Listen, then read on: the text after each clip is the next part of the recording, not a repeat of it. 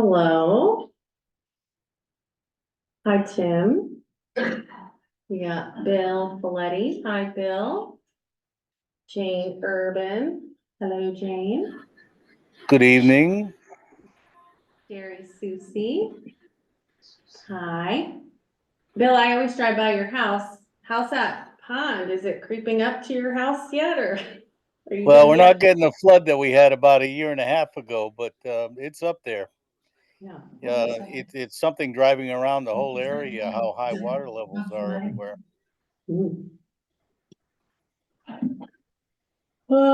Can folks, Sherry, can you unmute yourself? Yep.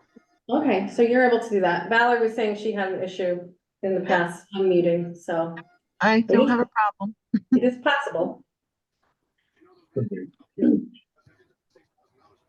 Okay, well, we can call the meeting to order. It's 7:01 PM. Somebody else just jump on? No, okay.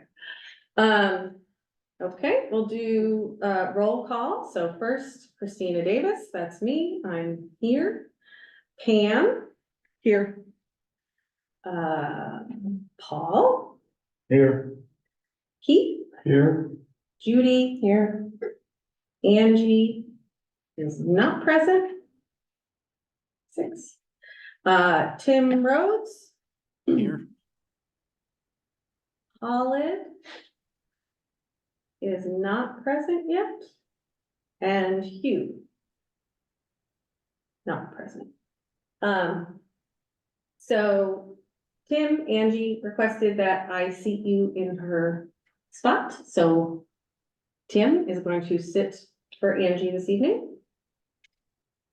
Communication.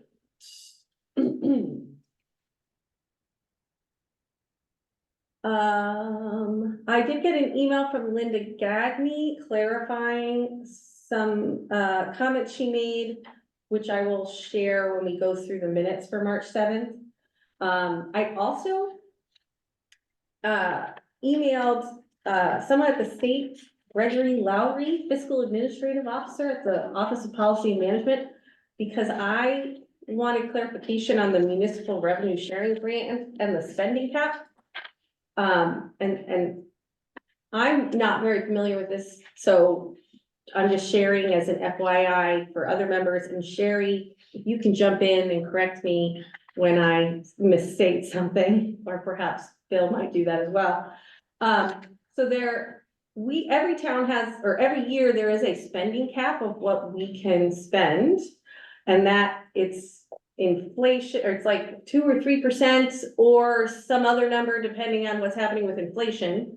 For fiscal year 25, the cap is 6.27%. So you can't spend more than 6.27% over last year to stay under that cap. However, the way you calculate that cap, it's not a straight, like we're looking at numbers like 12% and whatnot.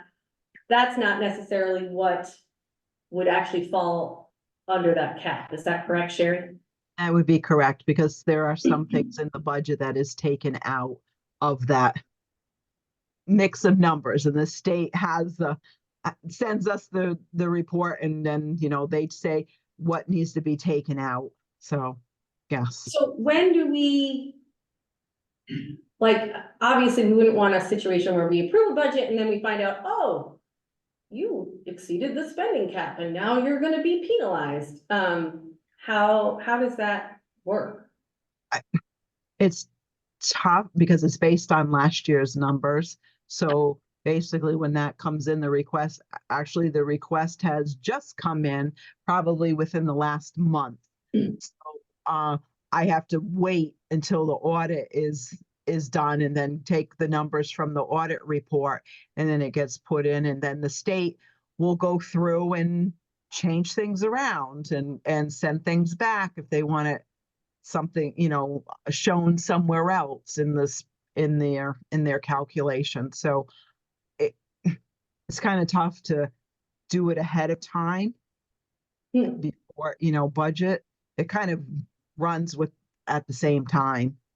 Well, that's helpful. Christina, can I ask, Sherry, what items are removed that do not count? Um, if I remember correctly, because this is something that they just started doing only within the last 3 to 4 years. So every year they change it. So Oh, last year, if I remember correctly, they removed bond debt. There's some other items too. Let me see if I can find my saved copy from last year.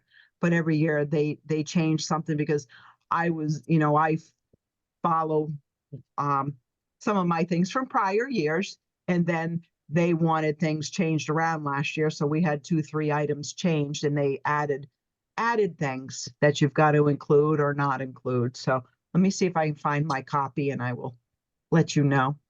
Okay, and I have one additional question. What's the penalty? so the penalty typically, from what I understand, we get a municipal revenue sharing grant typically. And for every dollar you spend over the cap, that gets chipped away.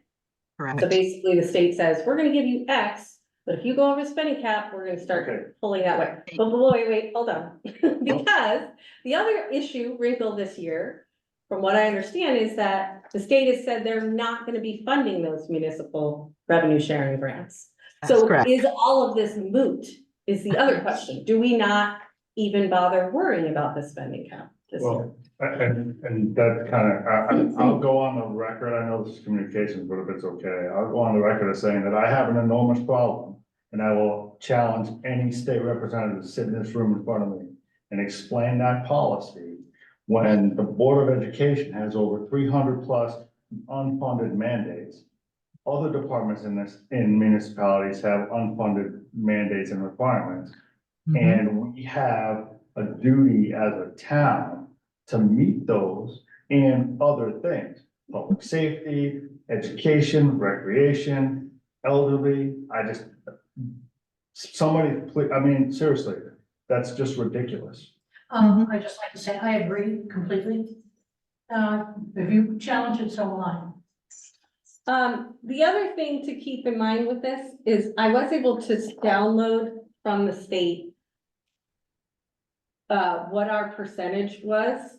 They call it the net percent. The net percent change fiscal year 24, 23, going back to 2018.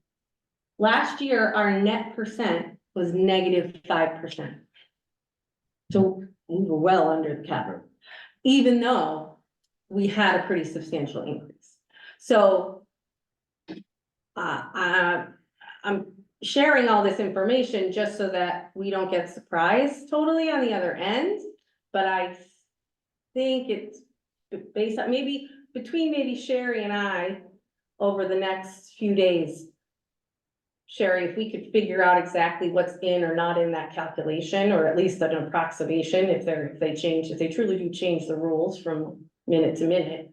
But if we could get closer to what is in that calculation, we can come back to the board and say, okay, we're at 5%, we're fine, or we're at 9%, we need Yeah. to either.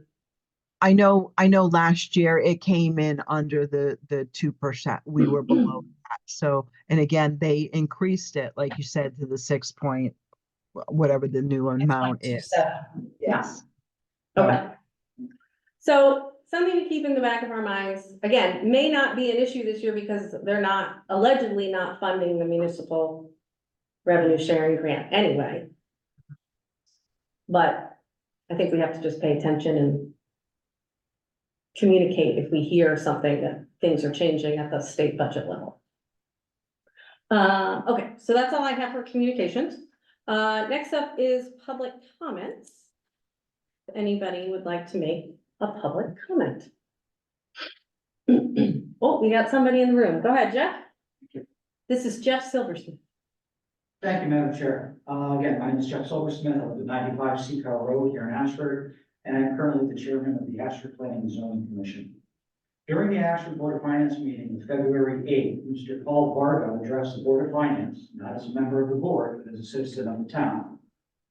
And in reference to the legal opinion provided concerning his potential conflict of interest as a paid administrator for the Ashford Volunteer Fire Department.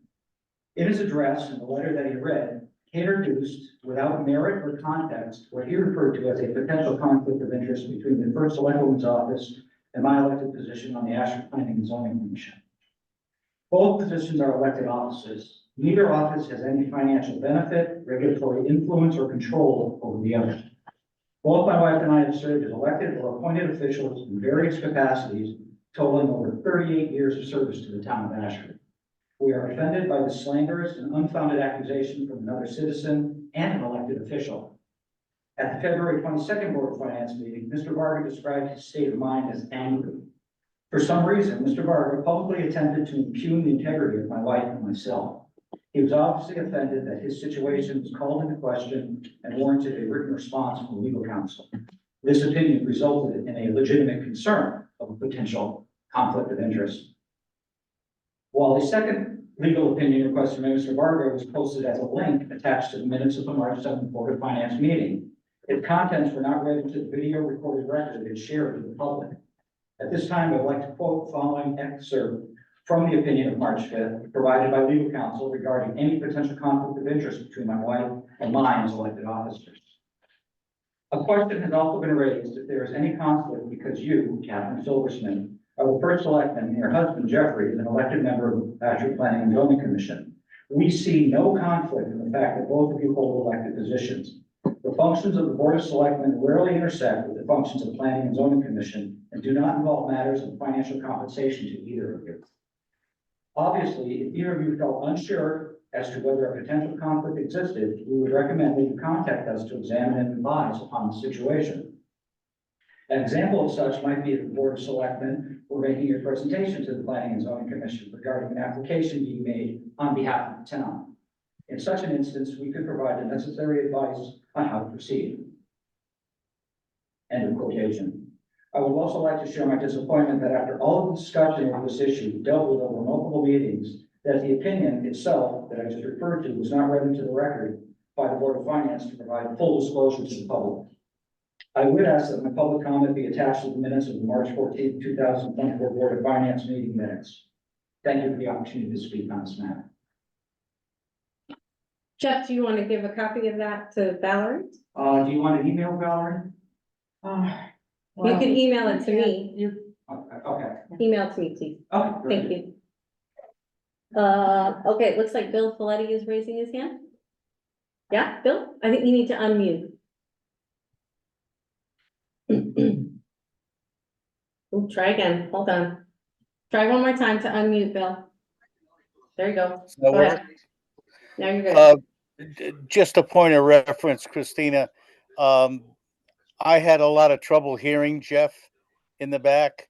Perhaps if you're going to have anybody, particularly if they're doing a long statement, approach the table there where the owl is, so we could be better heard for those that are listening in from not in the room. Sure, good note, thank you. I could read it again, Bill. Jeff I'll just catch asked if up you'd with you, like him Jeff. to read it again. Thank you. Okay. No, I don't think he has to do that. I'll certainly, I'm sure his comments will be made a part of the record. Okay, any other public comments?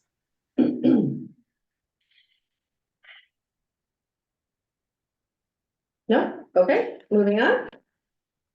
We have the regular meeting of March 7th, meeting minutes. Can I have a motion to approve the minutes? Motion to approve. Judy. And a second? Second. Keith, thank you. Okay, now for discussion, as I mentioned, I got a clarification from Linda Gagney that I will read and then share with, well, I'll put it in the minutes. Since Valerie's having computer issues. I'll put it in the minutes as part of the edits. So her note was, during COVID, we learned some efficiencies while employing less clerical help while we were closed to the public. We have put those efficiencies in place and the impact is positive. 98.2% of the current real estate levy is paid. We are now looking to sell properties for unpaid taxes. In analyzing motor vehicle delinquent accounts, a pattern in delaying payment because of a 3-year registration renewal period seems to exist. There are approximately 4,800, that's 4,800 motor vehicle accounts per year. With the 288 apartment units and a somewhat transient student population, a seasonal campground, and the cost of living increases, the delinquent motor vehicle accounts require more clerical investigation and assistance to obtain current addresses and send out delinquent statements. With a pending tax sale in the future and increased research needed for the motor vehicle accounts, the request for clerical help was submitted. So I think in particular, I think in the minutes, we had 48,000 and correct number is 4,800. So. It's all right. Close enough. Oh, thank you. So we will, note that correction in, the minutes. Are there any other edits for the March 7th minutes? Okay. All in favor of approving the minutes as amended? Aye. Aye. Any opposed? Any abstentions? Okay, thank you. And thank you to Linda for taking the time to read the minutes and give us that feedback. Okay, next up, under new business, we have the selectmen's update. Catherine, did you want to share anything this evening? Just in general, our focus has been more on the budget than anything else. However, we are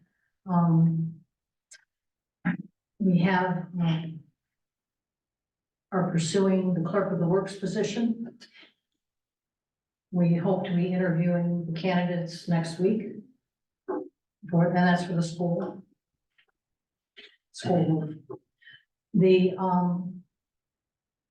I also have a suggestion. I don't know whether to bring it up when you go through the capital improvement plan, but I do have a suggestion about the firehouse roof.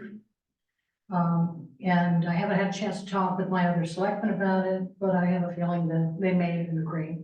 One thing you may want to consider is taking $100,000 from the undesignated fund to pay for the roof, rather than waiting for the referendum and for July 1st to start any work on the roof. Because you can't use the monies from the capital improvement plan for those projects until July 1st. And I don't know how much rain we're gonna get.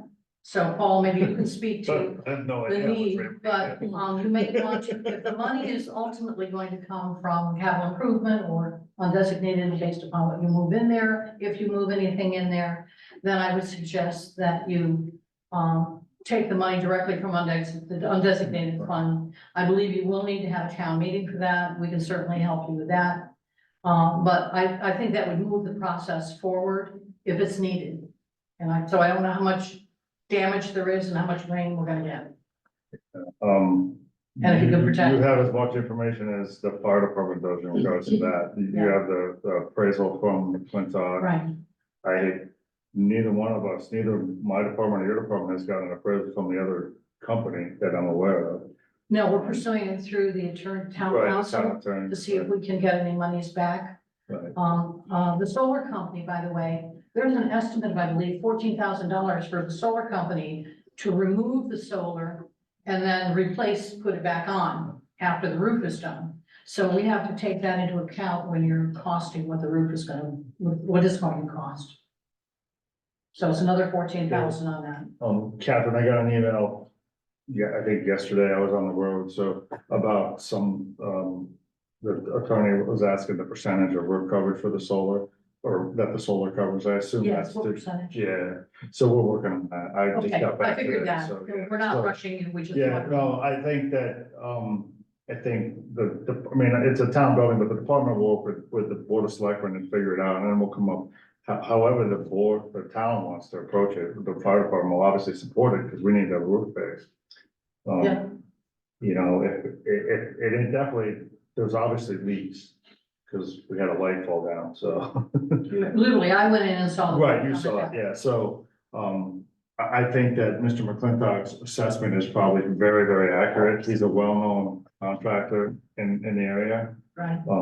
So, I mean, I would say, I'm not a working expert, but my guess is it needs to be done, and sooner would be better than later. Right. So I don't disagree with your thing. I don't know how all that works, like if the board of selectmen would need to bring that to the board What of would finance. happen and is town. you would request, I believe you would request that the board of selectmen, Okay, you'd make a decision. You don't necessarily need to make a decision tonight. right, But okay, you would then request that the board of selectmen call a special meeting, town meeting, to approve those monies.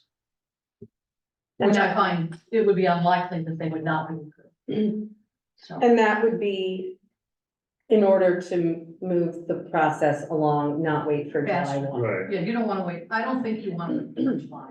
Okay, But I mean, and the other thing too is that there's a scheduling thing, the longer we wait, the longer it's gonna take to get it. They're gonna be able to schedule it. You know, I mean, Yeah. I'm sure any contractor can't come out tomorrow or next week. okay. Anything else? No, that's all I have for tonight. I will speak when we talk about you're going to move some monies tonight. You have something. Potentially. For moving the monies.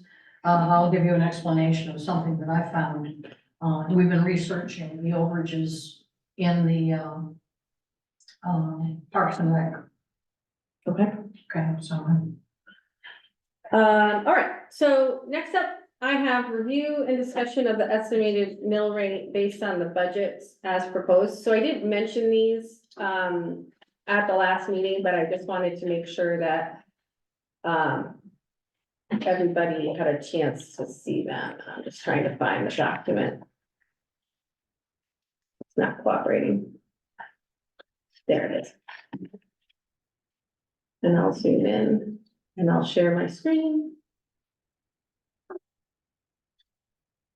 Let's see, share. And I had Susie look at these to make sure I have my math straight. So with the budgets as proposed, so we have the general government budget in that blue column, about 4.3 million. The Ashford school budget proposed at 8.8 million, and then the Region 19 budget at 3.8. If we were to approve those, that would result in a mill rate of approximately 35.15, which is a increase of 2.065 mils over the previous year, or a 6.24% increase in the mill rate. And for the average the median home, that would mean an increase in taxes, property taxes of $370.29. Obviously, there are houses that are valued less. There are houses that are valued more, and the dollar amounts would change, but the percentage would be the same. Question, Yes, Sherry, and is there not a cap on motor vehicle tax mill rates in place again? I wonder if I can stop sharing for her to talk. Go ahead. Can you not talk when I'm sharing? No, I can talk. I had to unmute myself. And maybe that's a question for Linda, but I believe Yes. there was a cap on motor vehicle. There was, she's more up to date on the motor vehicle cap, and I don't know if they're still offering that. That's something I can double check with Linda on that. I'm typing as fast as I can. A cap on. The state had a tax rate. So like. I think last year we didn't qualify, am I right? But the year before we did. So Correct. I'm And I just think reading that it was- from, It was 32, I think. That's what it Yes. was the prior year. this is dated August 2nd, 2023. A cap on the taxes, The mill rate of an automobile. Just on on cars. the mill rate of the motor vehicle? So, correct me if I'll, I'm I'll just read it and it'll be easier. Okay. Municipalities and special taxing districts set their own tax rates, but cannot set them higher than a cap. parentheses, currently 32.46 mils, which is set in a statute. So last year's mill rate, Was 33. 33, but, so there had to be a split, and I don't remember it, but Mm-mm. I only bring it up because that means that that mill rate that you mentioned is Yep. technically not 100% accurate. The mill rate on property would be a little bit higher. Higher. The mill rate on motor vehicles would be lower, because the grand list includes motor vehicles and property, and you have to split it off. This has been an ongoing problem, and I know Linda, I feel bad for her because it's an impossible feat, and it makes it difficult for us as well, and Sherry and everybody. Wasn't there, They had rescinded it, and then they redid it. right, and I thought that they were making up the gap at one point. Like, we could collect up to a certain number and then the state filled the gap of what we didn't collect, Yes. right? So we don't know what's happening for fiscal year 25, it sounds like. We need to investigate that. Okay.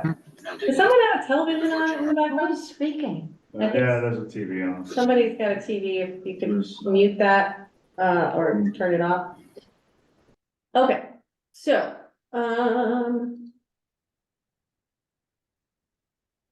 the other question I have is, on this, is the fire department abatements, is it gonna stay at 14,000 or should it be 15 or something else? Do you know? And who decides that? I believe that goes through the assessor's office as I'll double check with Lynn on that as to who's qualifies for. It's either Lynn or Linda. One of them gives me that information as to who qualifies for that, as to the Okay. number that they have. Okay. So there are obviously lots of things in flux here, but this at least gives us an idea of where we What are. is the 14 or 15? What are you talking about? So people who volunteer to be part of the fire department get $1,000 credit, or like a discount, they call it an abatement on their property taxes. Oh, So we need to account for that in our calculation. but how's that 14 or 15? You It said- depends on the number of people who have applied to get the oh. abatement. If I understand correctly, it's a credit against the value of their property, not against their taxes Oh, per okay, se. Yes. sorry. But we take it into account in this calculation, because it can add up and make a difference. I will put it in the minutes. That'll clear everything up. I don't know what you're talking about. Okay, so any comments, questions? How do we feel about this approximate mill rate and increase? Would love to hear the board members' response to that.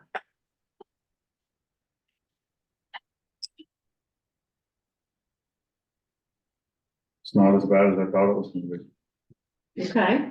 That doesn't mean I like it. I'm just- Judy, what's on your mind?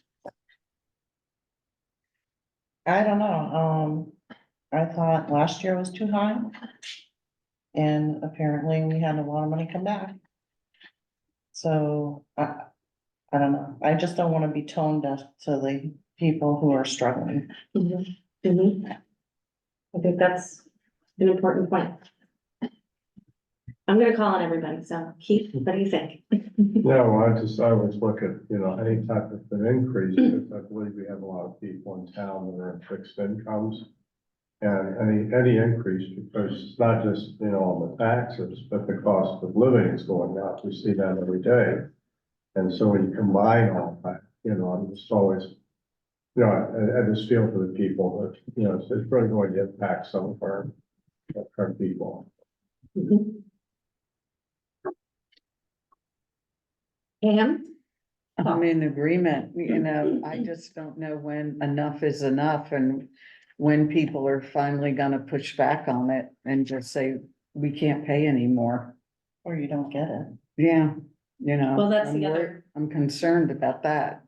the other thing is, yeah, obviously, we don't want a budget to fail at referendum, Right. because that is death spiral. Bad news for everybody.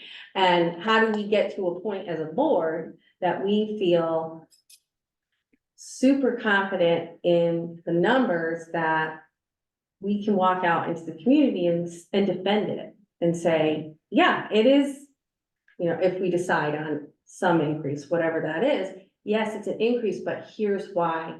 Here's how we're investing in your community and what the reasons behind it are. Well, I know a lot of people, when we were talking about the mega warehouse, said we'd rather pay more than to have something like that come into town. But that was a percentage of the people that live here. And we didn't hear from other people how they felt. Not that I think was gonna add a lot to our tax revenue that we would see, but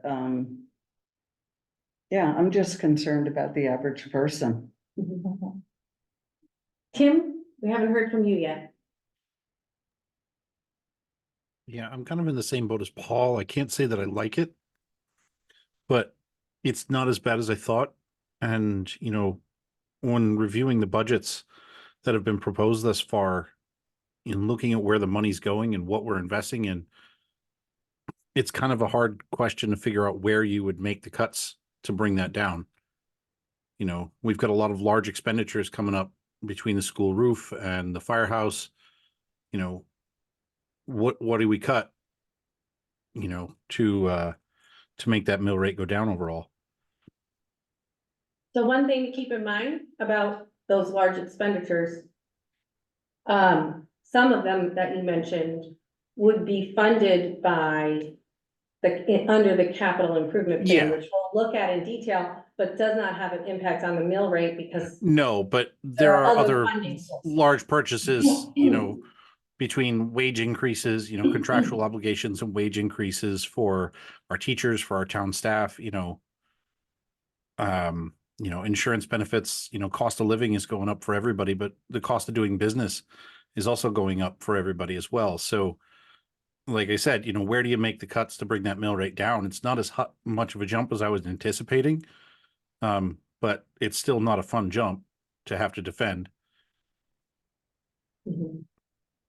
So one question came to my mind as I was looking at this number is like, well, what kind of increases have we had in the past? Have we even ever had a 2 mil increase? I don't know. So I went and looked up and you can find this information, the state, you can download it. I got it all the way back to, let's see, 1991, what our mill rates are. And over the years, we've had the highest mill rate increase we've had, and this is pretty stunning, and maybe this is wrong, but in 2010, we had a 5.45 mill rate increase. Does that sound right? 5.54 what? Mill rate increase. So we went, here, I can tell you the exact number. From grand list year 2010, we had a mill rate of 25.6. To grand list year 2011, we went to a mill rate of 31.05. So that was a 5.45 mill rate increase that year. If these numbers are correct, this is what I downloaded from the state. Which you would have been around at that point, Catherine, does that? We can get you the backstory on that. Does that sound right, or is it wrong? I said we can get you the backstory on that. That was a long time ago. Okay, it's understandable. I mean, it could be, it was right around the, you know, the real estate collapse, like did our grand list go down to such a level that we had to raise the mill rate to keep things funded? I'm trying to think of when That's what I'm crumbling worried. Is that what it was at the time? Yeah, but that's what I'm worried about. I'm worried about that, you know, we keep increasing. What happens when, everything crumbles and the housing goes down? You're gonna have to tax more to make up for what the people we're hiring, the new services, all the stuff. You're gonna have to make up for that. Mhm. So somewhere it's gonna bite us. Mhm. somewhere down the road. You'd have to look with grand list. Right, right. But so aside from that extreme number, mill rate increases, have ranged from 1 to 2. And then I would say, and recently as 2015, we had a 2 mil increase from 2014 to 2015. That was a 2 mil increase year. And then more recently, we've had 0.4, 0.6, 1.4. We went down by 0.5 mil. Then we went down by 4 mils due to the reval. And then up by 0.8. So I share this just to offer some perspective. It is not unheard of to have a 2 mil increase, but it's certainly not the average, I would say. Bill's raising his hand. Go ahead, Bill. You gotta unmute. Oh, try again. Go ahead. Oh, no. No, you gotta unmute again. I'm sorry. Oh. I don't know why it's. Can you hear me? Yes, I can hear you now. Okay. The worst mill increase that I can ever remember, and I believe it was in 87 or 88, was when we consolidated with Mansfield and Wellington into the E.O. Smith High School ownership situation. Some of those mill rates are skewed, and I think you'd mentioned this, Christina, by revaluation. I do remember a year, and I don't remember the specific year. It took us 3 or 4 referendums to get a budget passed. It was a real struggle. And I think you had made a point earlier with a downward spiral. If you miss on that first referendum and it goes down, it becomes harder and harder to get a budget passed. Mhm. Is someone boiling tea? Does anybody else hear that? Okay. Okay, any other comments on sort of the mill rate and what we're looking at? Yeah, I just don't think, of course, I understand trying to put things in perspective, but people they're not gonna care about what happened, 5, 10 years ago. It's what's happening today. And, I think you still have a time, getting this through and, no, it's not as bad as I think a lot of us were thinking it would be, but again, but then where do you cut? That's the conundrum. Because I think, what I've seen so far is that they're not really, the budgets aren't anything that, you want, oh my God, they look like that they've been gone through pretty well. So again, that's, where do you go from here if you're gonna reduce it? I don't have an answer for that. Oh, you don't have that answer? Oh, I was hoping you had that.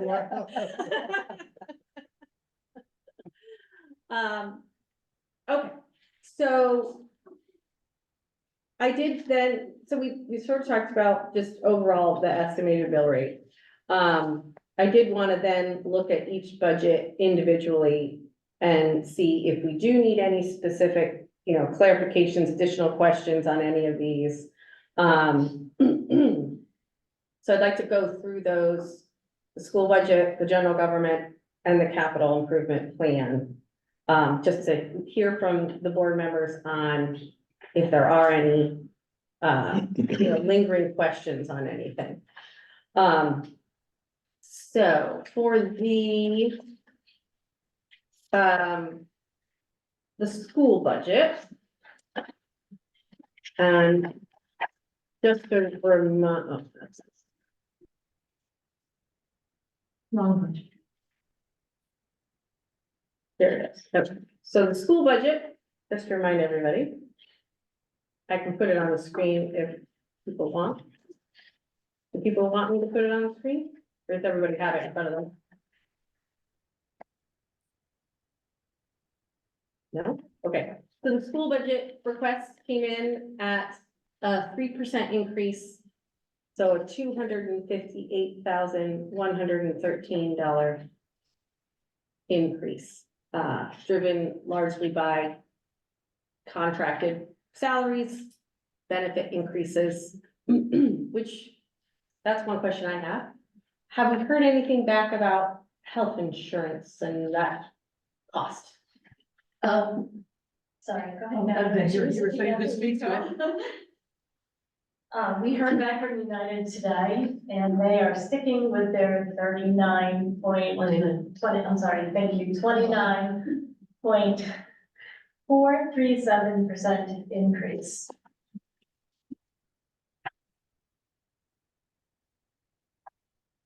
And then, yeah. And is there a chance still of hearing from any other companies? So Connecticut, Cigna, Anthem have all declined to quote.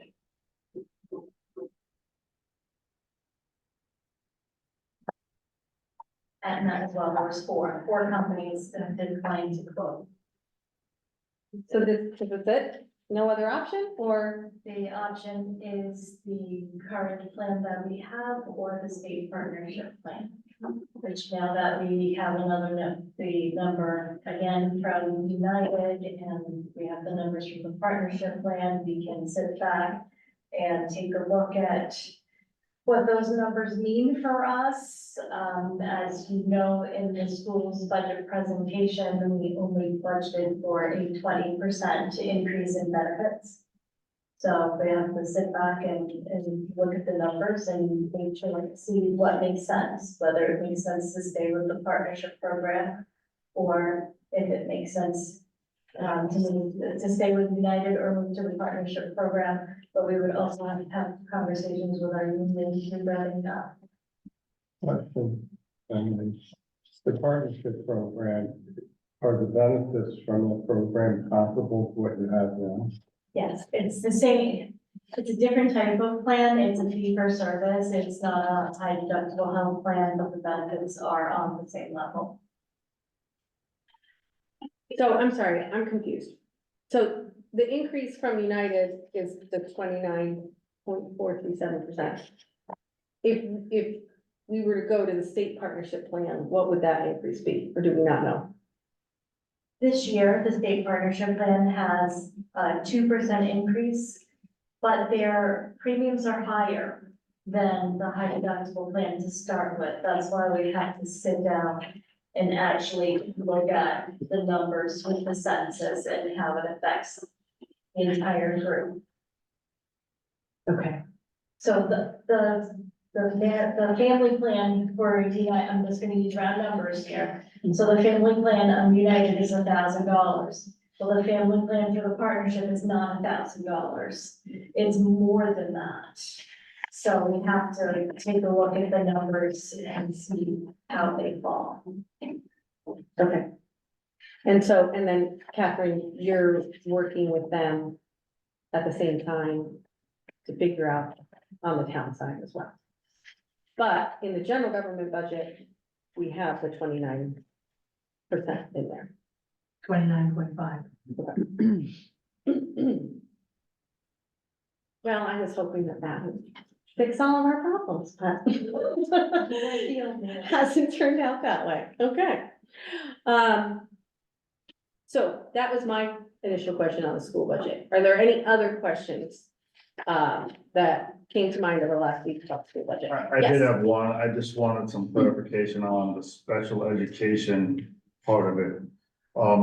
In the pie chart slide, it says there's a star or an asterisk, decrease due to one outplaced special education student anticipated versus two for 23-24. So 24-25, we expect there's a decrease of 104,000, but then in the line item box, go up a couple, I think I don't have page numbers on here, but maybe page 11 to 10. It shows an increase in the special education overall budget. For 23-24, it's 1.859, 153, and then 24-25, 1.914727. contractual. So that cost increase is salaries only? Not quite 100,000 dollars. Over spread out over how many personnel? It just didn't make sense when you said show a decrease on the. That's just budget. one line. Okay, that was just one, the It's just outplay one line. server, okay, Outplaced okay. students is just one line on the budget. Okay. It's one line in that entire function.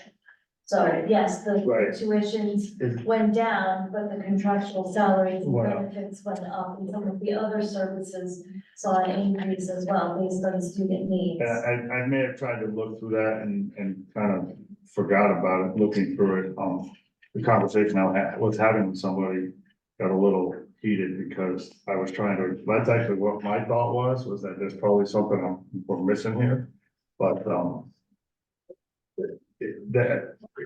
that explains it. I'll look through and see if I can find it somewhere in that, all this stuff, but. Any other questions about the school budget? Kind of an off the cuff question. How many staff members live in the town of Ashford? I mean, I know you do. I'm just curious what the possible percentage is that live in town. I actually had that last year.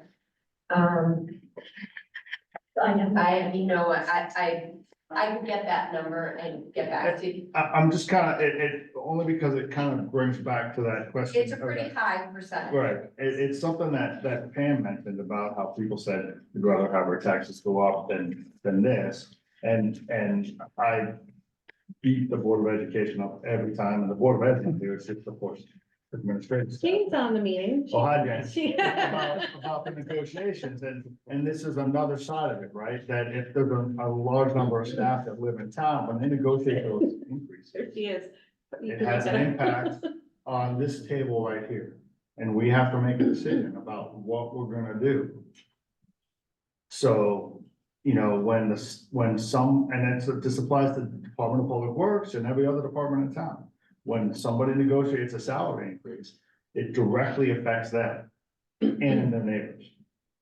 And I'm not saying it's right or wrong, I'm just trying to educate people so that when they go to the voting booth in whenever that is, May, and say, I'm angry about the tax increase, well, but if you were one of those people, maybe you also need to explain to your peers or your neighbors why that's happening. And why it's so important. I was surprised. I thought this whole thing was gonna be a lot bigger train wreck than so far. It turned out, that with the exception of the health insurance and insurance in general is just skyrocketing out of control, so. But I'm trying to educate the people who are on the meeting, and also when we try to explain it to the public when they ask. You know, we're not the only ones here making those decisions. The union negotiated that contract, but several of those union members live in town. And it's not even fair to say to the Board of Education that it's their fault, or to the Board of Selectmen when they negotiate DPW contracts. Because they're trying to do the best for the town, and those people trying to do the best for them, and there has to be a compromise, just like we have to have a compromise. Right. And I think it's also important to note that no union is operating in a vacuum, because they're looking, from what I understand, when the Board of Ed negotiates, they're looking at all the other contracts and they know exactly what every other town is getting, and union can't simply go, well, we want to take one for the team, even though all the other towns around us are getting X percent. They can. That's not realistic. They can, but they won't. They can, but they won't, and nor would. Yeah, then the town next door. We need to retain our employees. It's a balancing act, and I understand that too, but I'm just trying to, all of us here and we all talked, and Tim talked about, what are the impacts and all this stuff, and I think that it's important that people understand everybody sees it, cost of living is increasing, but at the same time, you know, we can't live in a vacuum either. If we say, and I sat that side of the table for many years and said, you know, I don't want my taxes to go up, but I understand that they have to go up a little bit because things go up and things change.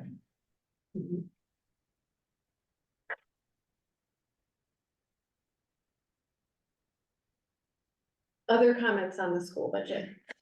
Well, Or I kind of questions? thought going through all the numbers, you know, I'm new at this. Other than the increases in salary, which our teachers deserve, and the health insurance they deserve, there really weren't outrageous increases. You know, I thought it was pretty reasonable and, you know, as Paul said, you kind of can't tell people you can't have a cost of living raise when they need it. They deserve it. I mean, teachers work hard. So it is what it is. And I think this was mentioned during the presentation, but it's worth noting again, I think, that the school budget does not include any additional staff, no new Yeah. programs. You know, it's not like, well, we're funding a basket weaving course now, like, that's not happening. We are trying to maintain the level of service at the school. Statement, Yes, go ahead. we have the percentage of Oh, staff members. Oh. Approximately 33%. Wow, I would have thought it was higher.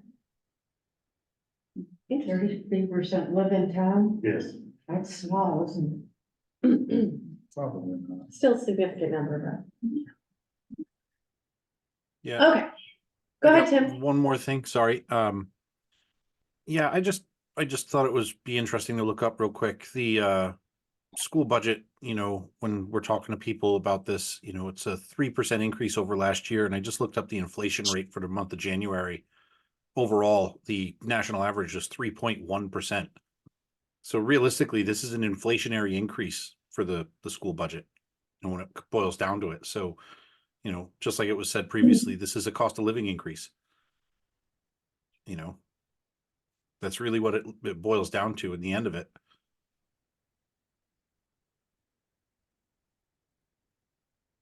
Thank you for that, Tim. Mhm. Oh, Jane has her hand up. Go ahead, Jane. Thank you, Christina. I just wanted to make one point about the contract that we have with the teachers union. I meant to actually mention this during the budget presentation and I forgot. In case members of the Board of Finance and the public are not aware, if the Board of Education and the teachers union aren't able to reach agreement on a contract, it goes to the state to, basically the state negotiates it on behalf of the Board of Education and the teachers union, and they act as a mediator. And then eventually, if that doesn't work, they arbitrate the contract on our behalf. Our lawyer explained repeatedly, and Judy may remember this, that if that happened, we would be looking at salary increases probably twice what we ended up with, because Ashford salaries are lower than surrounding towns. And that's what they look at if the state gets involved. So, you know, I think, you know, we all may have our different opinions on what raise the teachers deserve, but the bottom line is, the lawyer for the Board of Ed and the lawyer for the teachers union hash that out. And if we can't get an agreement, you know, our attorney was adamant that it would be significantly damaging to the Ashford school budget, what different contract we would get through a state arbitration process. So we luckily have a teachers union that has been incredibly reasonable in their requests. And I just wanted to make that point kind of about that contract negotiation, that it's not, it doesn't happen in a vacuum, like Cindy just mentioned. They can look at all these other data points, they can look at these surrounding towns, but it's incumbent on the Board of Ed to really negotiate with the Ashford Education Association and reach an agreement so it doesn't go to state arbitration, because that would be much worse for our bottom line as a budget. Thanks. Yes, the increase this past, because we went to negotiations last year with the teachers union, and the average, I can't remember the exact percentages, but the average percentages that overall, the unions that were, the teachers unions that were going for negotiations was quite a couple percentages higher. So the way the state would do it is the average, the overall average in the state of that increase, if we had gone to arbitration, that's what they would have awarded our teachers. So it would have actually ended up being higher if we had gone that far. Our teachers, and there was discussion during that they knew that it's, you know, on the backs of the the taxpayers. So they were sensitive to that. This, you know, they were very conscious of that, and it was a discussion. Yes. And I don't know if any of your board members have ever participated or observed negotiations. Judy and John both did last year. And that's a tough process. They're tough negotiators on both sides. Yeah, actually, I thought the process was pretty good when I did go. I guess I have a question too. How many students do we have that are homeschooling now? Are they included in your total students? No, they're withdrawn, so they're not our numbers. So you don't know. Currently, I do not know that. I'm just curious. Yeah.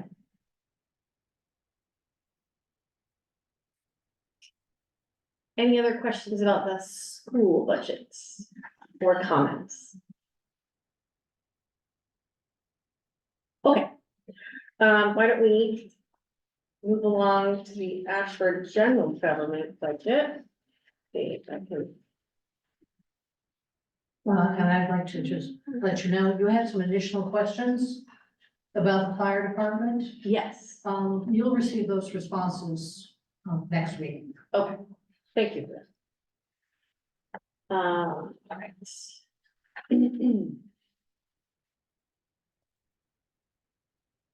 Sorry, no, don't want to do that. All this stuff.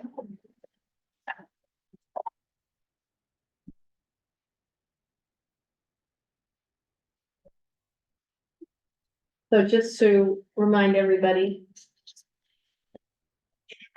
If this wants to cooperate. No, it doesn't. All right, I'm gonna zoom in.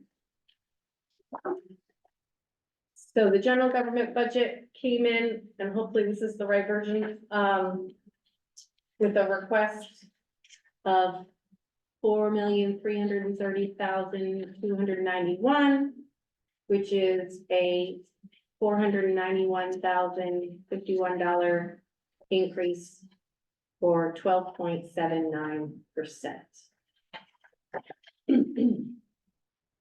So, what questions, comments do we have about the general government budget?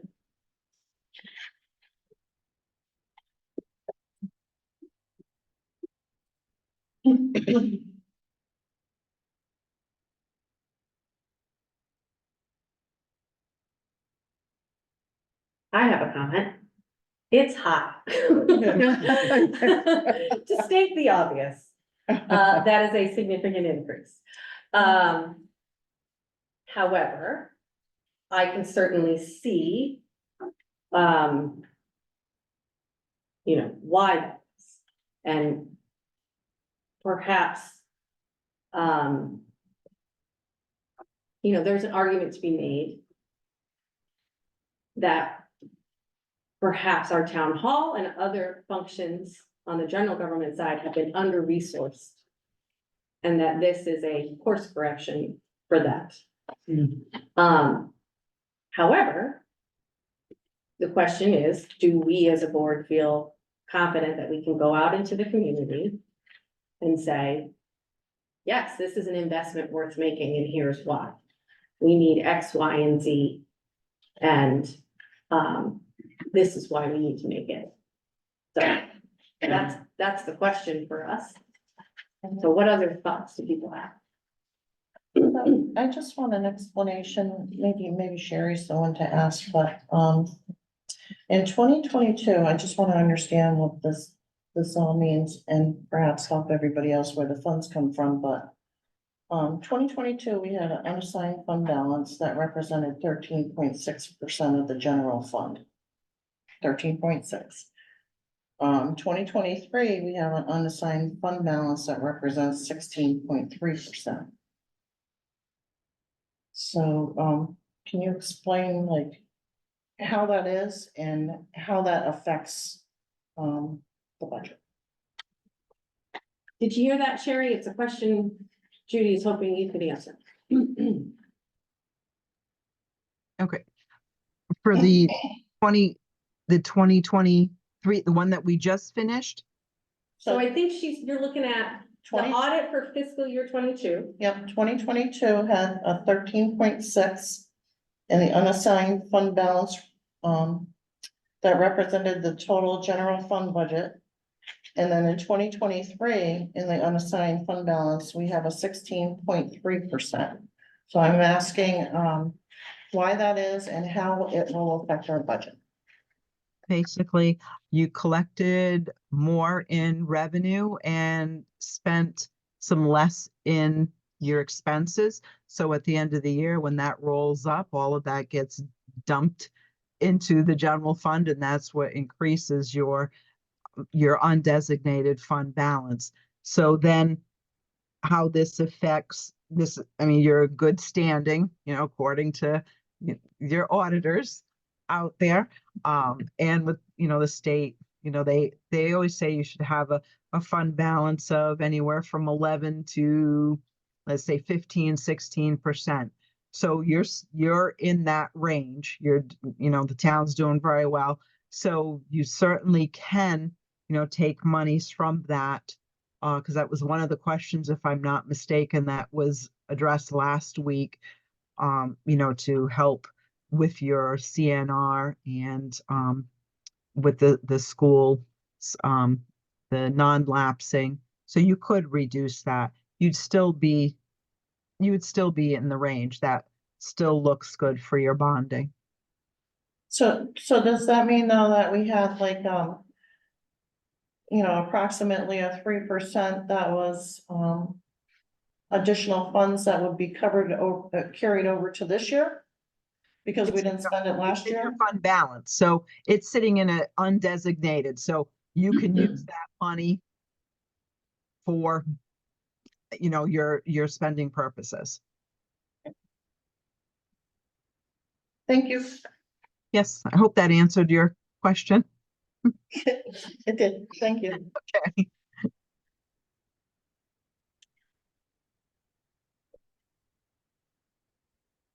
And I see that we spent, a lot of money. In 2022, we spent 135,682 in ARPA funds. And 23, we spent 469,000. So we've been spending a lot of money for improvements. Mhm.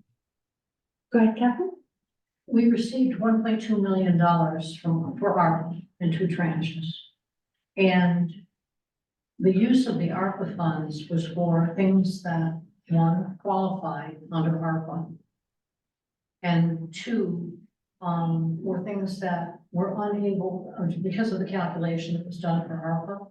They sent it out after the fact, but the calculation that was done, it allowed us to do things with ARPA money that we weren't able to do normally. So for example, we did not tax, except, for example, to put new fencing up at the transfer station. We didn't tax for other things that, for example, that particular situation, the fencing was falling down for years. and even had difficulty opening and closing the gate. So that was an example of using ARPA funds for something that we could never afford to tax for and just stayed there in bad repair all that time. We also used some ARPA funds, not very much, to assess all of our buildings, which had not been assessed in a long time or ever. We found out there was no maintenance plan for this building from the time it was built. There was nothing set aside for any kind of maintenance on this building. So what we've all been doing is kind of, you know, normally we simply would not be able to get things fixed or make those repairs. That was manna from heaven. We were able to use some of the funds for that, a lot of the funds for that. We recently took 50,000 of the funds. And by the way, all of the payments that came out of ARPA for anything were approved at town meeting by the public. So one of the ones recently was we set up $50,000 from the bucket, if you will, for town businesses that suffered under COVID. They had financial losses. And just recently awarded all of those businesses the total amount. It was 18 businesses, I believe, and the total amount awarded was what was set aside, $50,000. There are a number of things that ARPA funds have been used for that were things that we could not do before and should have been able to do. Had we been actually putting them forth to the public, we would have been taxing to get those monies. Or we would have done it under the capital improvement plan and other things wouldn't have gotten funded. Absolutely, absolutely. My point is that we had 1.2 million monies as a gift to not neglect certain items so that we could get ahead a little, just to take care of other items. That was my point. Understood. Other comments? Yes. Well, one thing, just on the ARPA thing, because there was several projects that were discussed in length, and I think, I don't know how many times the Board of Selectmen got lists from people, but there was a lot of restrictions on projects that I don't think the general public understood, and some of the things that ended up on the list, people don't understand, and some things that didn't end up on the list were not allowed. And I don't know if that, I don't want to say the information wasn't passed along, but there's a lot of activity that happens before we get to that town meeting, where, you know, say Board of Selectmen or the people that are requesting the funds are asking. I think were there things that I thought we could have spent it on differently? Absolutely, but everybody has their own opinion, and I think we did pretty well with that. Yeah. Well, by all means. Yeah, no, I'm saying that we did wrong. Yeah, no, I know what you're saying is we spent a lot of money, but that's, if you go back to any town, every town in the state of Connecticut got ARPA funding and every town spent it in some way. Some chose different paths to use it, but they all did the same thing. They spent it on things that they probably couldn't have done prior to that. And hopefully that we learned some stuff from it. I know I did, and that there's things that need to change so that we can, as we go forward, we have these ideas and that we need to watch some of the problems that occurred. And then back to the general fund budget, the general government budget. I actually got approached by several people in town about a couple different items. And my response is, you know, the Board of Finance is looking at them, but they are citizen concerns, and I have to echo their concerns. One of them was Public Works and the dollar amount in staffing. And I explained that, you know, we added, the Board of Selectmen added a person. That's all I can really say. Whether I agree with that or not, it's done. Can I ask a question about that? Now, did we add a person At the transfer station. at the transfer station? Yes. And then that person moved into the Department of Public Works. Well, they are part of the Public Works, I'm sorry, the transfer station is under Public Works, correct? Well, it is broken out separately, It was right? in, it was in Public Works and moved, I'm trying to think, it moved to DPW. So It was moving, shifting. yeah, I'll be honest, here's the problem with, I mean, not the problem, but that person is very obvious, right? Because they sit there, so that drives the question, why do we have, right, you know, you understand what I'm saying? Like, now the question is, why are the three people at the transfer station? And then, when they see this, and I'm like, well, there's 50 people at the transfer station, well, why are there three people? I can't answer that question, you have to go to the board of selectmen meeting and ask that question. Yep. I can just tell you that this is what it costs. The other one, and this is also something I brought up last meeting, and the recreation fund and the recreation department. I was the one who asked the question about performance-based salary increases. We voted to move monies last week to cover the loss, 2-year loss of the recreation department. And then I had somebody approach me about, and let me get to the line, I apologize, I was there and I moved. In the recreation department expenses.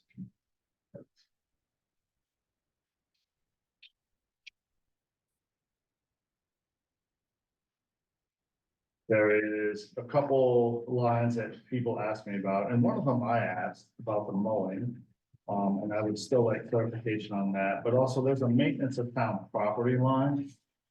I don't, and I couldn't answer that question. I don't know what it is. I asked about the rentals, that was covered, but somebody asked me about maintenance on town property and mowing.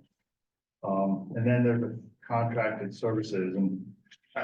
So for me, this is a department that I would like to see come explain it. So I have an update for you. I won't wait until we get to the other. I've been doing additional research on the Parks and Rec department. So I'm not sure why it was done the way it is, and there's probably a very good reason. But during COVID, the Public Works Director's salary or hours really were reduced. Public Works or Parks and Rec? I'm sorry, Parks and Rec. I always. Okay. Parks and Rec. So they were reduced during COVID.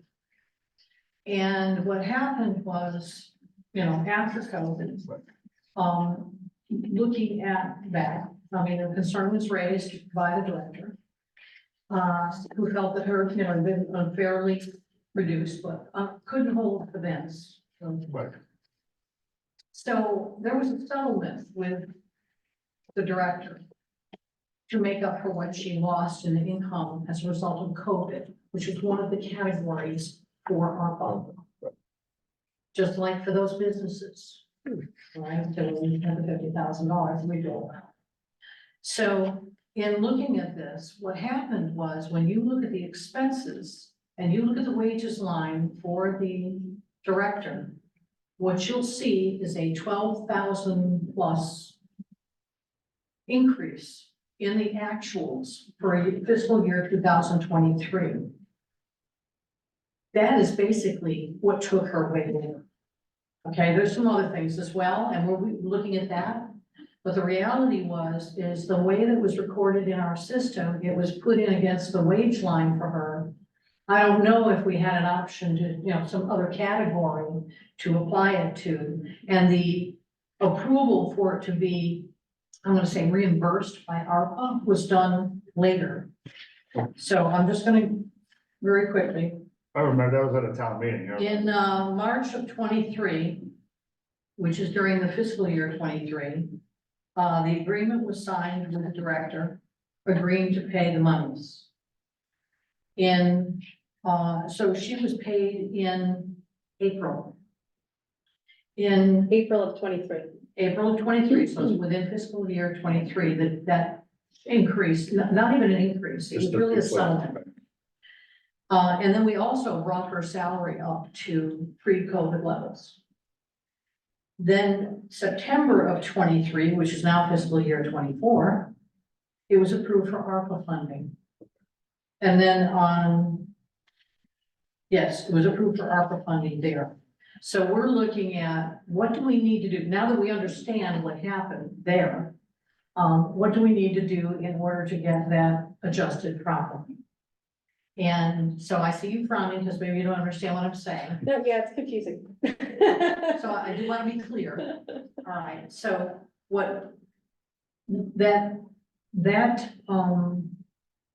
settlement did not really reflect what the expenses were during fiscal year 23 for Parks and Rec, based upon what the Parks Director is supposed to bring in for revenues and what she's supposed to spend, as part of her budget. So that inflated her expenses.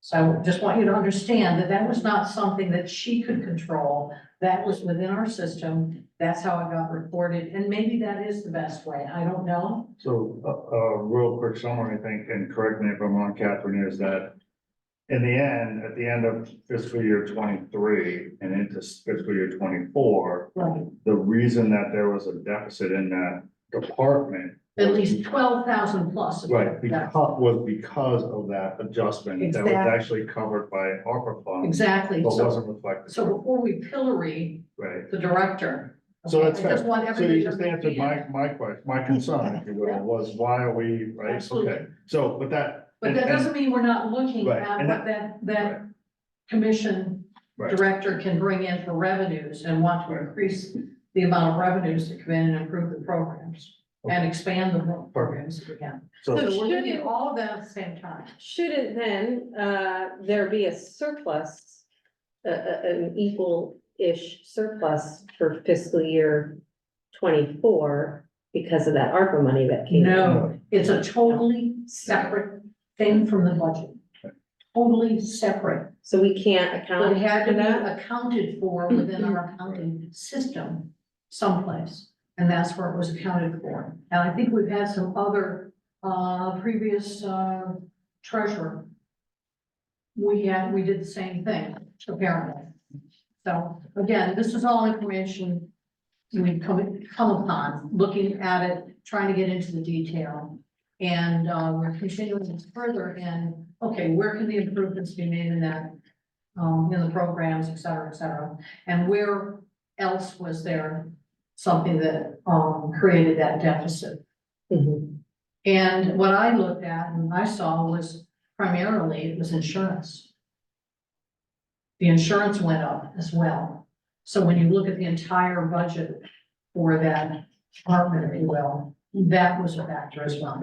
Mhm. So I didn't see anything that truly points to something that was done wrong by the director. However, that we're also looking at making sure that we are offering more programs and better programs and, looking at the rates for the, cost of the programs and what's being charged for the programs. So that's a combined effort with, Selectman's office and with the Park and Recs Commission and the Park and Recs Director. so then to the other part of my question, because you answered my concern about the 2-year deficit, is what person or persons then should we be, or I be, or the board be in this case? I would still like an explanation of those, especially maintenance of town property, rentals, mowing, and contracted services. Yeah, I thought that we also, And I know I provided some am- responses in the question. Yeah, I did, but I think, and again, this was from people who either were at the meeting or listened to the meeting, and they didn't think that the answers were adequate, I guess. And I didn't ask about maintenance of town property, which is one that I couldn't answer. And again, the mowing is a contracted service, but they only have contracted services. So there's a lot of, like, I guess, unexplained, to me, Okay. unexplained. So, and I thought that contractor services, the explanation and the questions, and I have it here. And that's just within that department. That was the rec department. Yeah. No, I grabbed the wrong. This is what I. So I'll definitely get the answers. I want to make sure I understand the questions. So one question, if I understand, So that- is the increases in the rec departments, mowing, et cetera, Right, but not only that, but what exactly are those lines? Like, maintenance of town property, Got it. rentals, mowing, contracted services. The rest of them are pretty obvious, program expenses, FICA, workers' comp, I get all those. But those three lines, the telephone, they have a zero line because nobody, I guess, uses the telephone, so. So just, And I'm gonna try to see if I have the in answer. the responses, in terms of the rec department, I thought that was probably the most detailed about mowing. No, contracted services. Right, but then it comes up, and I think the answer was that they rent the porta potties, right? Yeah, the porta potties that you find at pickleball Right. courts and down at, Ashford Memorial Park. Right, but then there's a line that says rentals. So what's the rentals line if there's contracted services? See what I'm saying? If the answer to contracted services is we rent the porta potties and other items, then what's the rentals line for? Okay, so they have porta potties there. Okay, so rentals is what you're really, again, I tell you what, I'll go back. Yeah, it doesn't- you don't have to answer it tonight. No, I'm not gonna answer it tonight, I can't. But I'll be glad to go through and make sure we detail that out. Yeah, that's all, and I'll be honest, Not a it was a question, I got, two citizens actually approached me about it, and and one specifically about maintenance of town property, and I said, I honestly don't know, and then I kind of feel like for a better term, a fool, because I'm like, I'm supposed to. In the mowing. And was part of that, doing the work on the, tables and things that are down at Ashford Memorial? It's entirely possible, yes. Yeah, that And was that part may of be, and that, like I said, I didn't have an answer, and I think it's my job to provide Well, that. I'll make sure you get the answer and I'll send it to the chair. Answers. I have, one Other question questions? to go on top of, what you said about last week, how we moved the money for the rec Correct. club to cover it. Right. So in the audit report, it had said that, the recreation fund has a negative fund balance of 16,801, which will be restored through future charges for services or transfers from general fund. And that's what we did, right? So we transferred it, but we didn't even include that perhaps there'd be charges that would cover that. Well, I think At some that, point. and Christina, am I wrong in that the assumption was we had to get that back to zero, is that right, Sherry? At least even, so that then this year, hopefully, when she brings in revenue, that fund goes back up. Yes. Okay, Yes, thank you. I mean, because there was an overage in 22, which was the Right. $7,000. And then now with the 23, you had the additional overage of 9,000. So that's where that brings up to that 16,000. So, yes, if you went to town meeting just this past year in 23 for the ARPA, excuse me, Right. ARPA money, to reimburse those expenses, then that's something they can address with the auditors for, either we'll make the adjustment now or they'll do a prior year adjustment, so. But I couldn't open the town meeting minutes from the website, so I couldn't even see what you guys did, because it's a zip file and it won't open for me, so. Thank you, Sharon. Yep. Okay, there are a lot, I want to try to make sure we're paying attention to all the parts of the general government budget, so, because there's a lot in there. What other questions do folks have about that general government budget?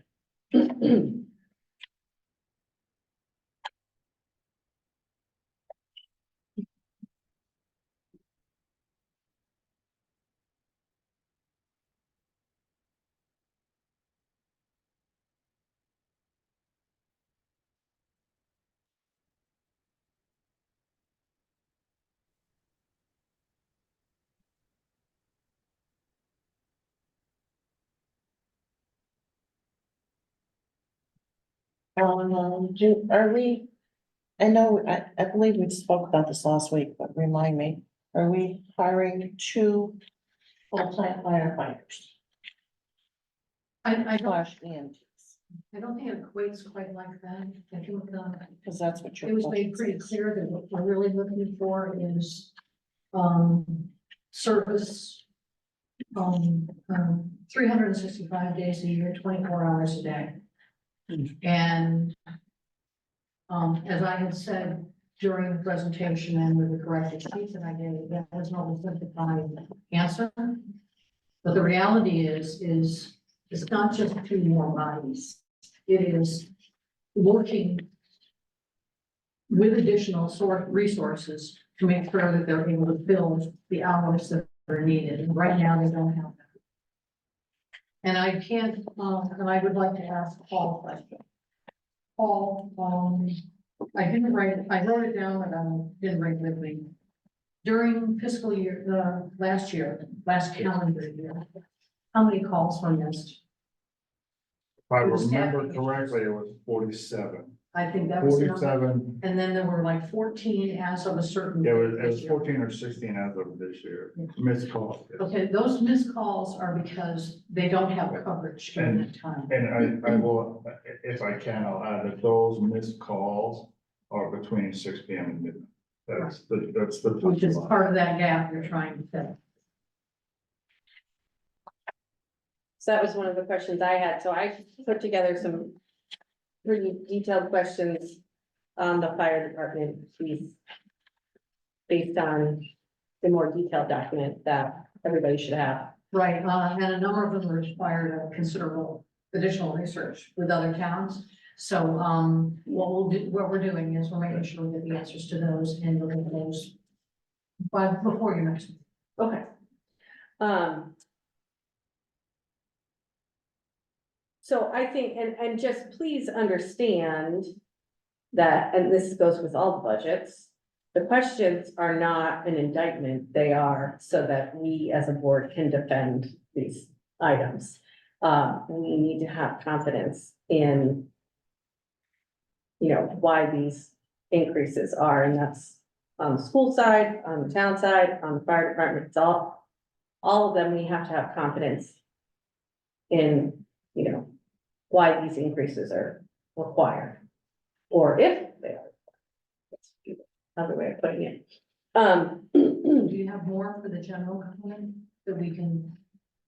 I don't know. What other questions do we have about the general government? Keith, you've been very quiet. So good all. Yeah, that's it, Jen. I have to be honest, I look at just, I've got the key areas of increased screen up here, and I look at it and say to myself, what? So the registrar of voters part is not even, that's out of our control. That was something the state told us we had to do. And that goes back to the very beginning of this meeting where I said, that part needs to, I don't know what we do about it, but it needs to stop. The other lines are, most of them are just either they're contractual, which is basically a cost of living increase. Or it's just, things have gone up. And I mean, I know, it just, in my career, at my full-time job, I know how much things have gone up. And just fixing your house or having somebody come out to do plumbing work or something, what the increases are. So that happens in the town as well. You know, we have to keep our trucks working so they can plow snow and keep the roads clean and come out when a tree falls down or whatever else. I just, and the insurance rate increase just blows my mind. I mean, 29.5% is just mind boggling. And I don't even know.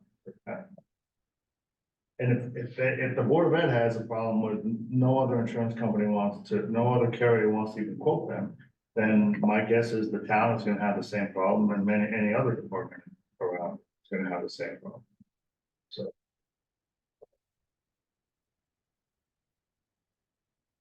Do we know if other schools have had the same rate increase with insurance? Is it just us? It's not just us. Good. We're not that special. It's what it's been. I know from private industry, I remember hearing from employers 40% increase, you know, Oh, it's not, God. it's not Yeah, unusual. it's, And I would also say, like, when they could say like, oh, it's because you claims. Everybody gets sick. Yeah. We don't have any kind of special sickness going on in Ashford. no, that's what you hear this a lot and having to deal with it, like, it also is, it's the size of the pool, the number, there's so many things that the insurance companies look at and when they do that. So that's why really large corporations, the company I work for is self-insured. So they cover the insurance costs out of pocket, they just pay a company to administer that. And that's how they get around these enormous increases, because the number of people that are involved is so large, they can, they can hedge their bets that not everybody, you know, like if you have this enormous pool, it's still a percentage, but the percentage, that number is different. When you have a lot. Yeah, it's not that we're like running around having special sickness or something.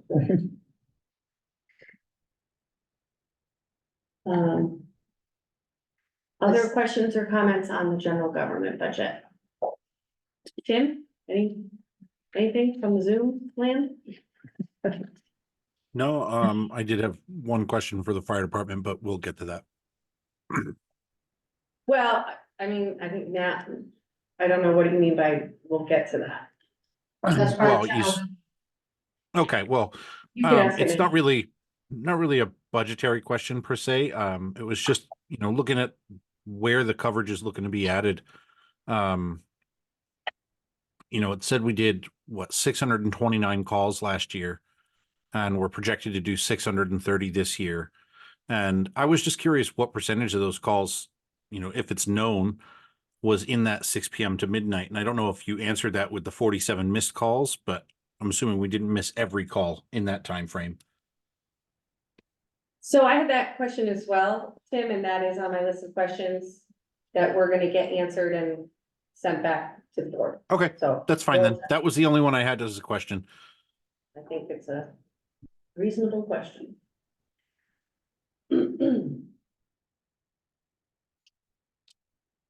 Anything else on the general government? I would also say, you know, I think it's probably worth pointing out, although that top number, that the 12.79% increase is a little scary. And, you know, the fire department increase is a little scary.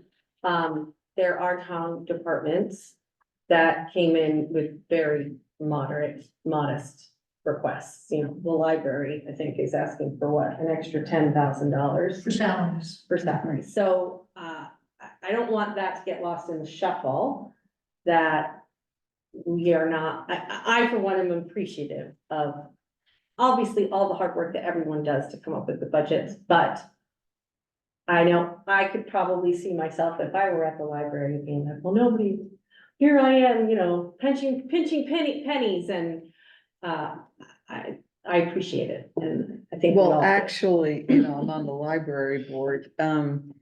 It was salary increases and again, health insurance for our director. Right. And it came in at $10,000, and I'm the treasurer and I recommended she bump up the budget. We haven't increased it in years, and again, it's just what they deserve. Cost of living. I think the key phrase there, haven't increased it in years. Yeah. And that's because we've been holding it so tight that what's happened is the work has gotten ahead of us. You know, there's definitely, even within our finance department, trying to figure out a way to get all of the work done. Down in our tax department, literally, I don't know if I mentioned it before, and in our assessors department, I tend to work late. And I often see the tax collector and the assessor working late as well. So they're salaried, they're not getting paid extra for that. They're just looking for some assistance.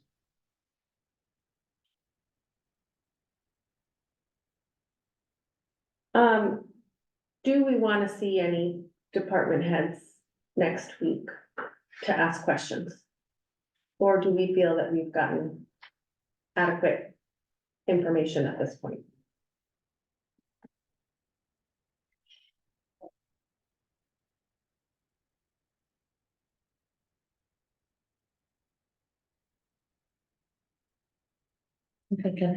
I think so, I am as well. Given, I think the fire department questions, putting that aside. It's kind of like putting them on the march of shame, and I just am not in the mood for that. Well, I mean, I think it's important that people understand that we want to know what they're spending their money or our money on.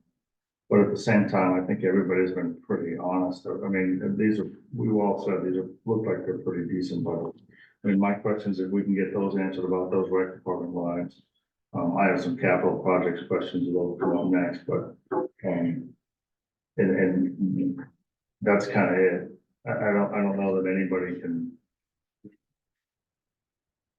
I don't even know, like I said, like, the full board of ed people, or I shouldn't say the actual school people, because it's not board of ed, although James there. I just,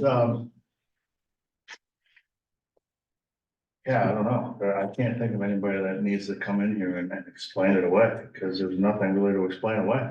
Well, and I think we also, kudos to Catherine and the Board of Selectmen for doing a very thorough presentation, that helped. And then also the back and forth with the questions has addressed a lot of things that maybe in the past we would have brought people in, so.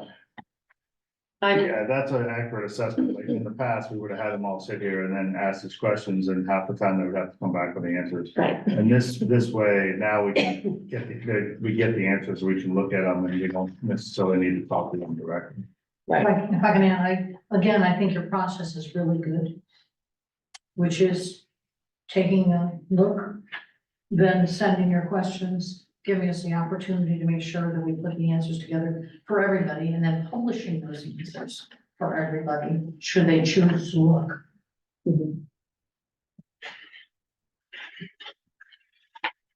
Okay. Then I think if we're done with the general government, we can move on to the capital improvement plan, review that. All that, oh. If you have any more for general government that you think of, just send them.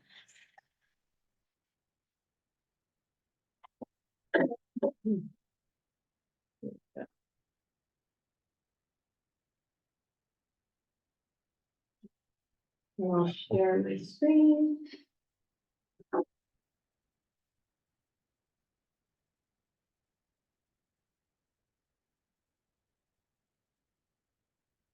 Okay, so the capital improvement plan proposed for 24-25. So the yellow column is the current fiscal year.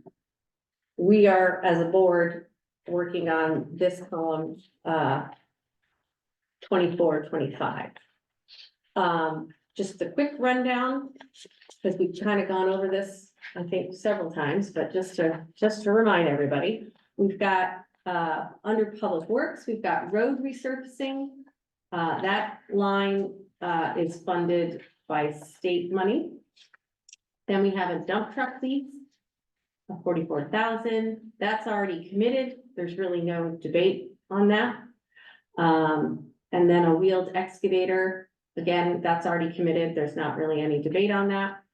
Then we have a 2024 F-350 crew cab pickup at 59,000 and a Kubota L47 tractor at 51,000. So the two new items are the truck and the tractor. And then there is this salt shed that's come up several years, but got pushed out another year. By the way, I happened to be at the Hampton Fire Department for a birthday party, and the town of Hampton's Department of Public Works is right there, and they have a lovely salt shed. So Well, whoever did that, we should check, and I can't believe it's for incredible amount of money for a salt shed, but okay. Then we've got money allocated for the reval, because we pay a company to help with that process. Then we have under the fire department, 74,000 is the remaining payment on a fire truck. And then we have the beginning, first installment of a 5-year payment plan for another new fire truck. And that's 115,000. And then we have the aforementioned fire station roof repair. And so, Catherine, or correct me if I'm wrong, what you were saying is that perhaps we take that 100,000 out of this and then go to town meeting sooner rather than later to fund that, and that would come out of the unassigned fund balance? Did I do that right? My recommendation is that you take it out of the undesignated fund balance, Okay. and that's gonna require a town meeting. It's And kind of only- the and same, it's only to make it timely. right? Yeah, it's the same, you're Same doing the thing. same thing, it's just you're doing it before July 1, so. Right.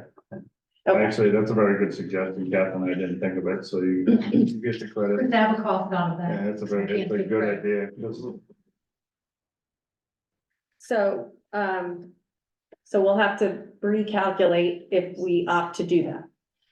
And then under Ashford School, we have the AC replacements and air exchangers, which, needs to happen, concurrently with the new roof that's being put on the school. And then the bollard installation, which is, things that block doors. The elegant way of That's a saying great it. way to put it. Ellen. Things that block doors. And those 3 items, which is like 120, I think, ish. We have, planned, and I believe the Board of Ed has approved funding that with the Board of Ed non-lapsing fund, which is their account when they have leftover money. They put it in there, and then, from time to time, they fund capital projects with that. And I'd like to add, recommend them for putting that forward as an option. And then there's the 4 million for the roof replacement, which again, doesn't impact the mill rate or our general fund because it's, bonded. And we haven't even It will seen when we that, have the bond.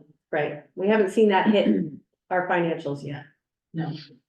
And then at the very bottom, we have senior center door replacement at 17,000. There's a leaky door that needs to be replaced. No, there's a rotted door. A rotted door.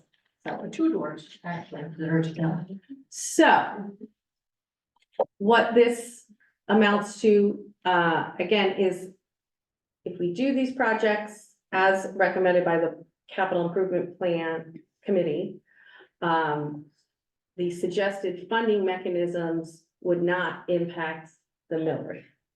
So all those concerns we were talking about in terms of mills and 2 mills and 1 mill, whatever, that these projects would be funded in part by state grants, which is LoCIP and Town Aid Road, and then the non-lapsing fund.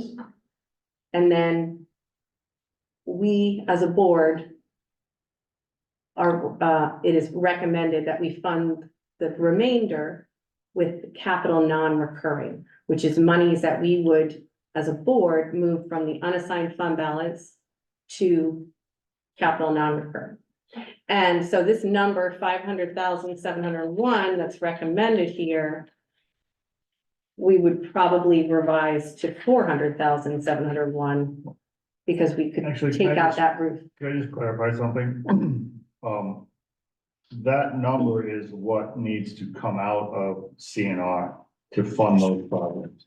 That is not necessarily the amount we have to put into CNR. If we did that, currently 500,701, then that money would come out and the balance would remain the same. We have the option of taking additional funds from the unassigned fund balance and putting it into CNR. And why would we do that? Why would we do more? 2 reasons. 1, it protects the funds, and 2, it adds to the CNR fund so that in future years, we're not depleting it, we're adding to it. Okay. And then was addressed, that percentage question Right, there was a, was addressed, that's one of the questions. So if we were to move the recommended 500,000, that would leave us with, and this,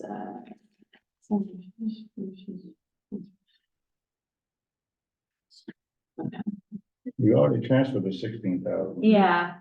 I'm just You looking at also- the numbers. You also have projects that were completed, that have a balance. Right, that has to go That you back. could release. Right. we can within your release funds. CNR. I'm just trying to, because the way she had it stated here, Catherine, it kind of made it look like we just have to move that amount of money into CNR. And that's not how that fund works. That fund is a capital, basically, it's almost, it's a capital non-recurring, but it's a capital project fund. Right. And we need to keep that fund Healthy. and hopefully we can grow it a little bit every year instead of depleting it. And that was a huge conversation we had at the capital projects meeting, is that we keep chomping away at it and eventually it's gonna be zero, and then what do we? And this, I just want people to understand, especially there's a lot of several new board members here, that is not necessarily the number we have to put in. That's the number we need this year Correct. to make this all balance to zero. That's But- what this is about. Right, but this, like the paper here says, we would be at our unassigned fund balance if we transfer the 500,701 and the 16,801, and then the 84,000 to Board of Ed, non-lapsing, we would be at 12.4%, which is well within that 11 to 16, but we have the option to go a little deeper, if you will, and bring it down to 12% or 11.9% or something like that. That was my point. It's not that we have to do more or less. I'm just saying that so people understand. Mhm. And you're right, if we take up the select woman's advice and decide to hold that 100,000, that's another option, is we could do the math out and say, if we did do that, what would that transferring to, say, 501,000, because I hate 701, 501,000 to not CNR, and we still went back and said, we're gonna ask for a town meeting for 100,000, where does that leave our unassigned fund balance? We still want to be in that 11 to 16, we have a bond coming up, we want to be closer to maybe 12, but we don't necessarily have to be right, like just transfer exactly the right amount. I'd rather see that fund grow a little bit when we have the option to do it. Because we won't have that option every year. Sherry, can you just confirm that, so is there some balance of dollars that are in CNR? Oh, I'm sorry. Yeah, Well- sorry, I'm asking you. I thought you were Is asking there more of a a question. balance- Sorry. Is there a balance in CNR? Some number of dollars that are sitting around capital non-recurring and not being spent at the moment? And not committed to something? Right now, I'm gonna double check with the auditor on that, because I know I've come in the middle of where things were at, and right now he's saying everything is designated, so I just want to double check. It's not all designated, there's a balance. So that's what the auditor But uses that's as a what the term. audit is saying. So I want to verify with them that because it's a capital non-recurring fund, that they make it as all designated, and whether or not there is, say, let's say 300,000 that is sitting, but you're using it for capital, that's why they're classifying it. So I'm just gonna double check with them, because I mean, I look at the audit and I look, and they're saying, it's all designated. It may not be to a specific project. There may be some, but because it's a capital non-recurring, it's designated for projects, so future projects. So I will double check with that. What our treasurer did do was he did provide schedule of authorized capital projects and purchases, capital non-recurring funds, Sunny, end of the presentation of the capital improvement plan, this is the last page. And which you also have here, is it talks about capital authorizations carried forward. And it shows which projects have finished and how much is left over. So there's at least 170,000 Mhm. that is, are projects that were, there from projects that have been completed, and that's what's left over in total from them. So right there, you have monies that can be freed up. But wouldn't it just make sense to say, okay, it's 170, you just said It's roughly? about 170,000. Wouldn't it just make sense then to say, okay, we're gonna move that 170 back to the general fund? No, That is, no, Sherry, No, you wanna keep that money in CNR, but you don't wanna have it designated to those particular projects. You Sherry, what were you gonna say? no, Catherine is correct. I mean, when she's saying that, basically, that 170,000 is committed to a project. It may be finished, but you have to do your housekeeping to release it for it to go back, to stay in your CNR and use it for future projects. To be usable, to be actually usable. So that would be your undesignated, let's say. But right now, it's being designated, it's sitting there, and until you do that housekeeping to say, this project is done, we have this is gonna go back to your CNR. Let's say undesignated. But it's, Right. right now it's designated to a certain project. So you can't use it until you clear it. I see. So, yeah, go ahead, Judy. I'm just wondering, like, in the audit, it says for the general fund budgetary highlights that the final budget for the general fund included an additional appropriation for fund balance in the amount of 346,774 to transfer funds to capital recurring fund for future capital purposes. And that's what we voted on last year Yeah, to move. Yeah. And to cover the projects that we approved last year. so that's how they word it. Yeah. And did that more than cover the projects, capital improvement projects from last year? Did we go above and beyond? did. We did? we moved the percentage. Yeah.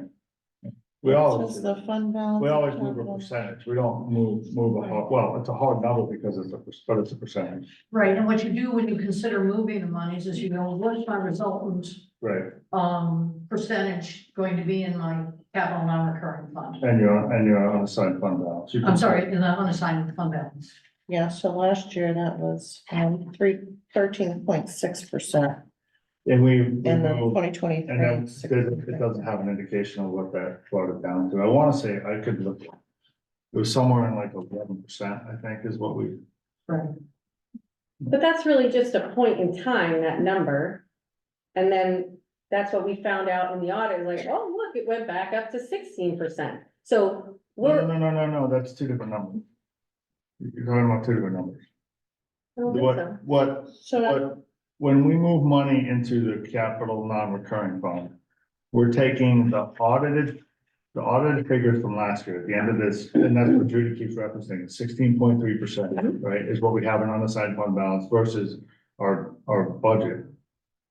So we take a set amount of funds and move them to CNR Mhm. to reduce the unassigned fund balance to a given percentage of our budget Right, yeah, outlay. So last year, in fiscal year 23, we ended the year with a 13.6% difference. Or. per the audit, Yes, at the end of the audit, we had 13.6% in unassigned fund balance. So we moved a specific, percentage to get that number to, and I'm gonna try to find it, but, it says at the end of the current fiscal year, unassigned balance for general fund was 16.3%. that's this, at the end of fiscal year 23, at the end of fiscal year 23, right? But for fiscal year 22, That was we- 14.3. yeah, how much did we move last year, Judy? To 347,000? It says at the end of fiscal year 2022, unassigned fund balance was 14.3%. So we left approximately 11% in the unassigned fund balance last year.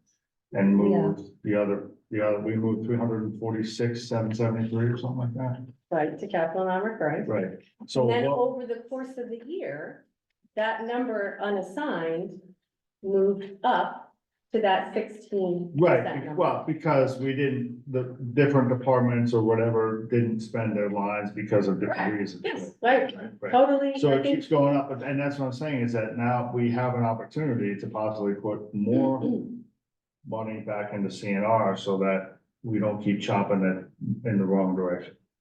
Because if we keep going, when we get to zero, then we have to tax for capital projects. And that's what we're trying not to do. Well, no, Yes. because you would, if you get to zero in capital non-recurring, you presumably will have an That's- unassigned fund balance that you can tap. That's not how that works. You can't tap that unassigned fund balance because if you go below your 11% or 12%, your bond rating goes down. Right, but if we come in at 15% next year, Yeah, that's but that's a really So bad. we had years of not having much in the way of monies in the capital non-recurring. And, so we were able to build it up over time and then started to go in the other direction again. And one of the reasons that we didn't have monies in there before is because we had a water problem in town. And, we actually ended up with a judgment on that and got monies. And that's how we were able to replenish it. This is back in John Zulik's time, if I recall. I can see Bill's hands up. Because he was around as well. And so what's happened over time, and particularly I would say over the last few years, is that we have been depleting it, but not necessarily putting in more money to bring it back up to a higher level. And it's supposed to be the source of money for all capital projects and purchases. And so, we have to think ahead because first of all, the purchases are gonna cost more. I can't remember what the difference was between the fire truck then and the fire truck now.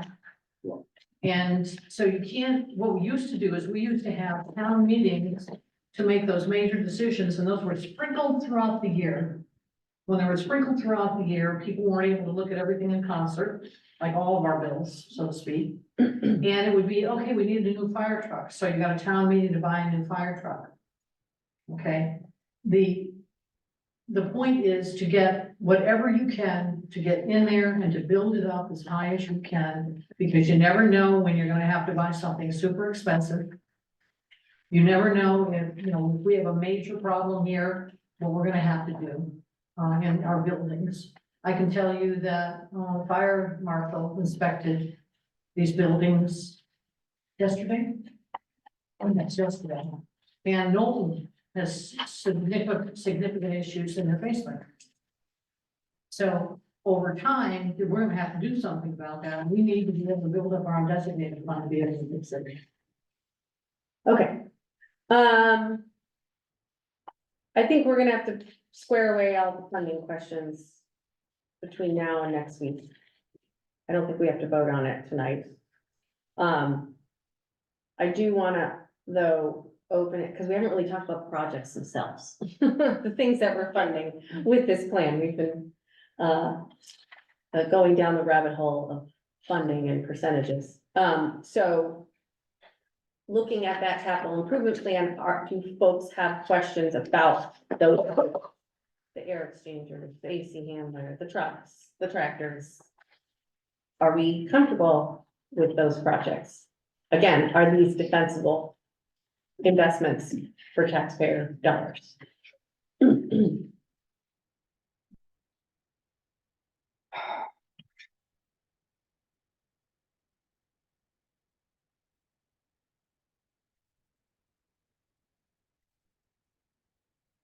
So I said I had some questions on this, and the biggest question I have is about the compact tractor for public works. And that stems on the mowing and contract services for rec department. So if I could speak to that for a minute. Yeah, I just want- I tried to convey this at the last meeting. But that tractor, first of all, what they're using as a tractor down there cannot deal with brush, Right, they're using the school's tractor. which cannot deal with But brush. so my question is this, what is, because this, I'm confused and so are some other people. we contract out to mow the fields. Part of the field, Okay.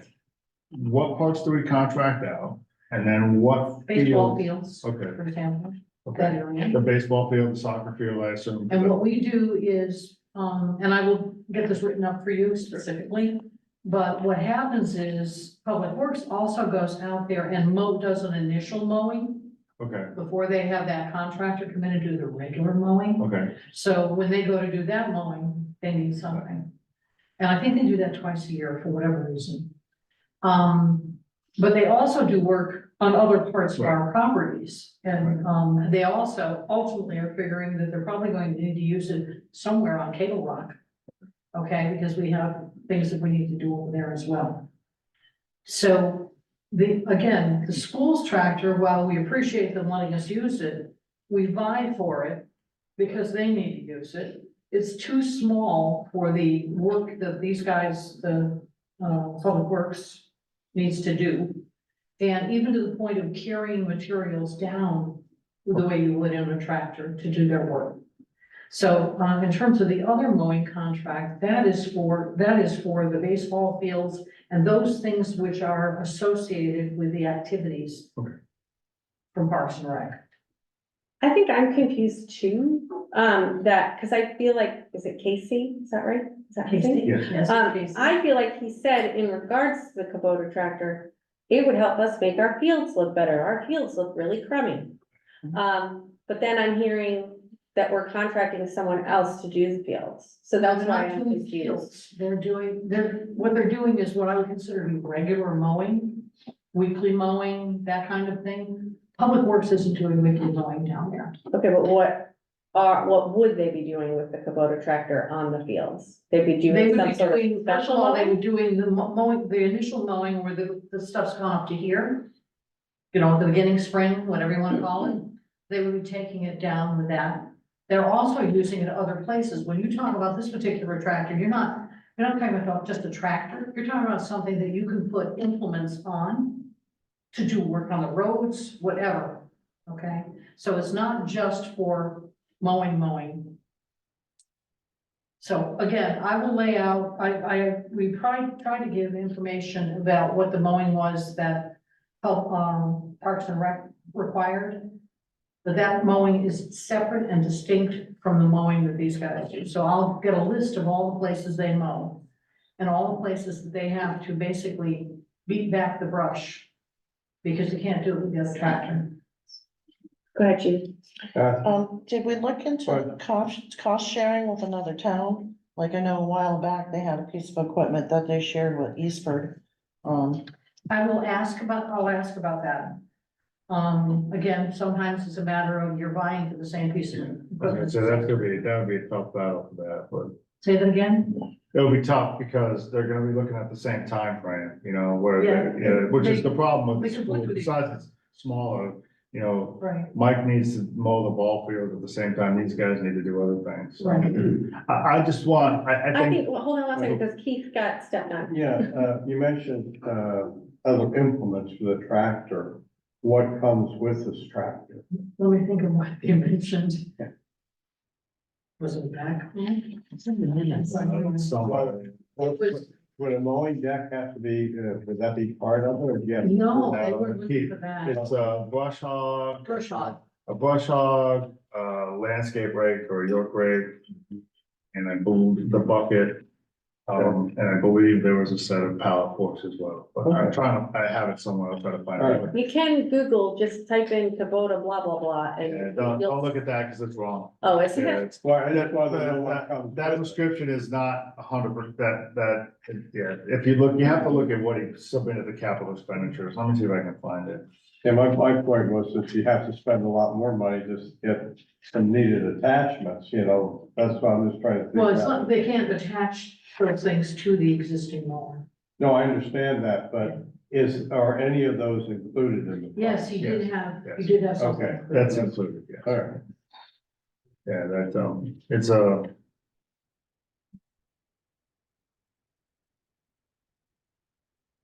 So it sounds like we have questions about the tractor. Well, I Maybe, think some of uh, it derives from the fact that rec department has this mowing budget and that comment that Casey made, and Yeah. that confuses people. Right. Myself and other people, and Actually, I followed up with him afterwards. did you? Yeah. So, and I don't know, maybe he needs to draw a map on the board or something so we understand. By the way, that was Casey's first time. I know, I'm not picking No, on it's Casey, I'm not. just saying that, He was, and he found himself a little bit Right. tongue-tied in trying to advocate, right, for what he really needed. Mhm. So Yeah, I it's not not- only talked with him, but I also talked with two other, people down there. To say, what would you actually be doing with this? Okay, any other questions on the capital improvement plan? Let's move on from the tractor. no, I don't think so. Okay. And we are going to, between now and next week, get a better understanding, and I'm gonna get a better understanding on exactly what's in capital non-recurring, what are the options? And so we can make an informed decision, hopefully next week on that piece. So I've written down here, what needs clarification? I think, so if we could maybe just quickly run through, we had some questions about recreation, and mowing Right. Actually breaking down their budget, it's Breaking down the maintenance, budget. mowing, and rentals, yep. Catherine, I'm gonna send you an email with the questions, or you just, Sure. okay, Can you CC me? sure. So that's number one clarification. Number two clarification is questions on the fire department, which are gonna be addressed. Number three is this tractor and mowing question. Is there anything else outstanding that we need to follow up on between now and our next meeting? All right, I'm just gonna jot that down. So we said recreation, fire department, and tractor.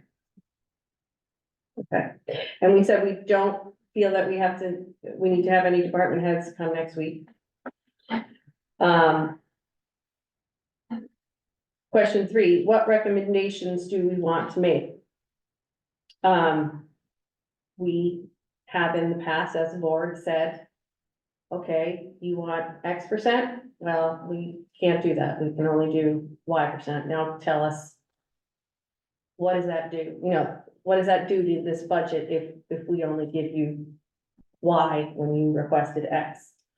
And the sooner we can give those numbers to people, the better, because we don't want anybody, you know, the day before the public hearing being like, well, that's gonna ruin everything, and now we have to fire 15 people or whatever.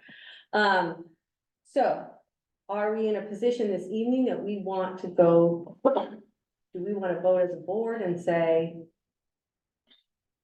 on the school budget or the general government budget that we want to see a different number? Or are we wanting to leave it where it is at the moment and see where things play out in terms of,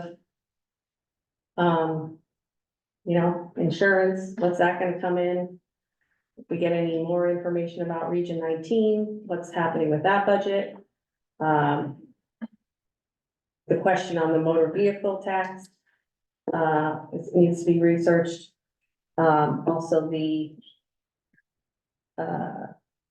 that budget cap question too. So Well, we have all those questions, right, and so, I mean, Yeah, I don't know. that's going to have an impact on our recommendation, I think. mhm, Which thing was that? I couldn't quite hear. I'm sorry, well, we have all these questions and want clarification, just what Christina was mentioning, so I think we need to have that information to be comfortable making a recommendation. I don't think we can do that tonight. My expectation is if you make a recommendation, that you also say you feel it could be reduced here, or here, or here. You need to have some basis for your recommendation.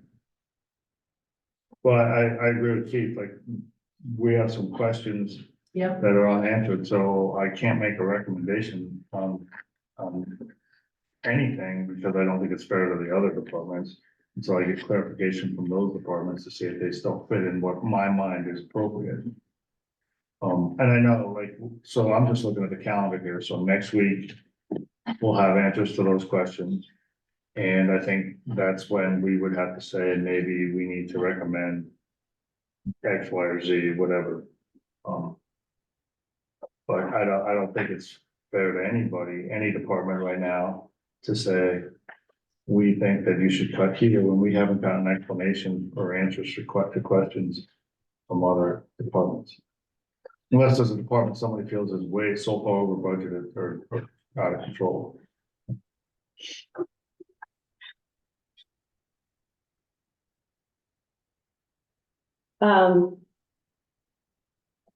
Also, just keep in mind that we really need to make a decision by March 28th on what the final numbers are gonna be. So we really can't be wishy-washy next week. Have to Right. come ready to do business next week. Give us the information. Be ready and won't. So that, yeah, so we can make a decision by March 28th and then be ready for the public hearing. So, quick question for you. Decision by March 28th. Any adjustments need to be made in our systems? And when is it? I don't have your calendar in front of me, but when is it that you would have? Sorry. You make the recommendation. We apply as needed. We apply, changes to our budgets. Bring them back.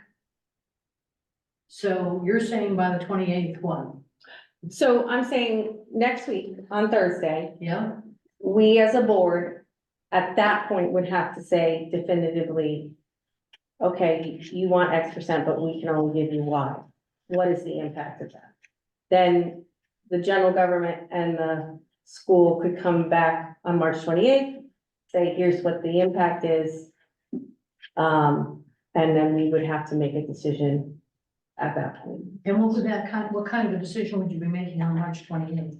Is, okay, that's that, or you need to cut more, or whatever?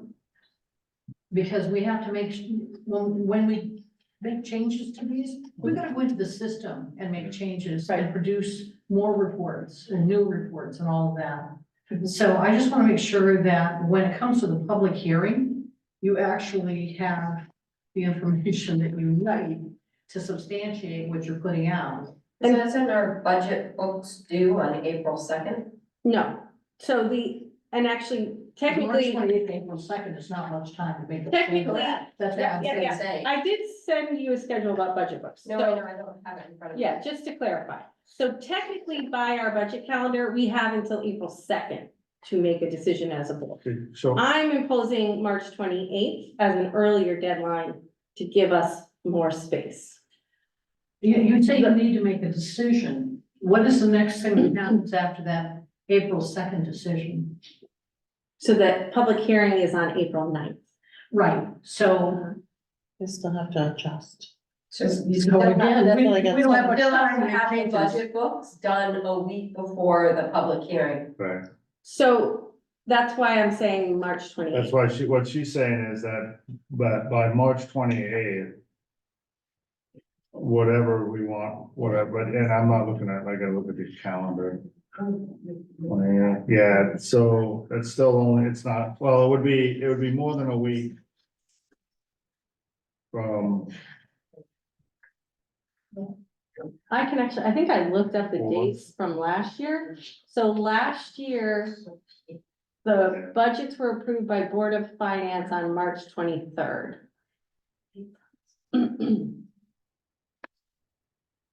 Christina, could I just make a comment?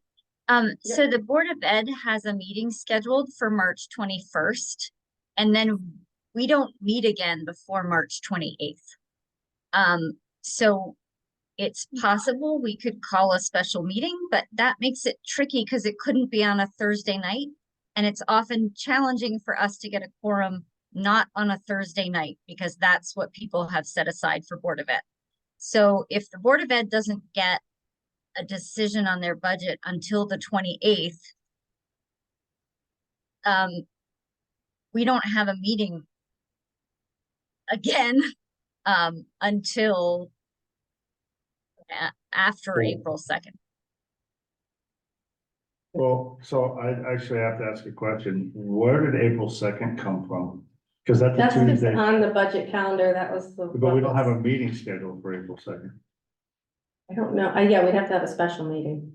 I don't know, that was the calendar that was put together by Chris Abacoff and Because that we approved. it's based on the notice requirement. Yeah, no, I would not say this is Chris Abacoff's calendar, this is the Board of Finance's calendar. Correct, but it's based on She helps the us. requirements for Right, notice. what you don't have in this calendar, what used to happen is the Board of Finance would have what I would call a working calendar. Right. And then you have the one that's published for the public, where they need to know when they can be there. So with the working calendar, what you also had on it was how many days ahead of the public hearing you had to have the. And I don't know. those Documents out numbers there, off the that top of my kind head. of thing. Yeah, so. Well, when I spoke to Chris, yesterday, we talked through this.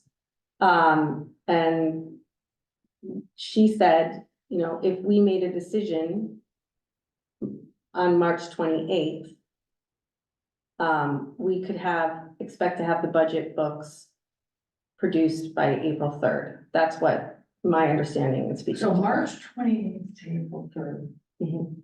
And then that would give people, you know, 6 days to review before the public hearing.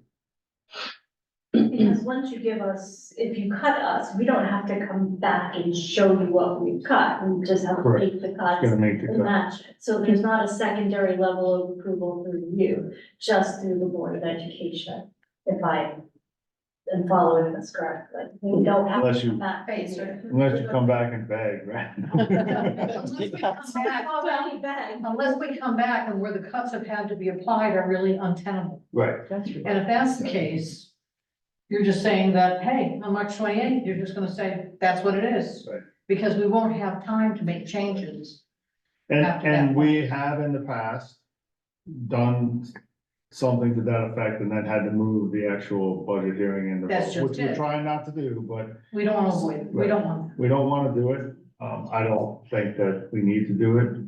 That's my opinion, but, Yeah, I think I just want you to recognize there's a bit of a ripple effect in terms of the work that has to be done.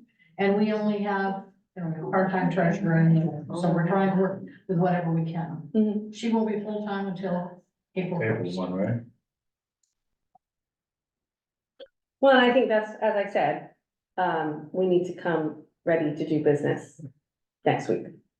There's not gonna be any time to do further research at that point. We're gonna have to make decisions, give direction if needed, so that we can meet our deadlines.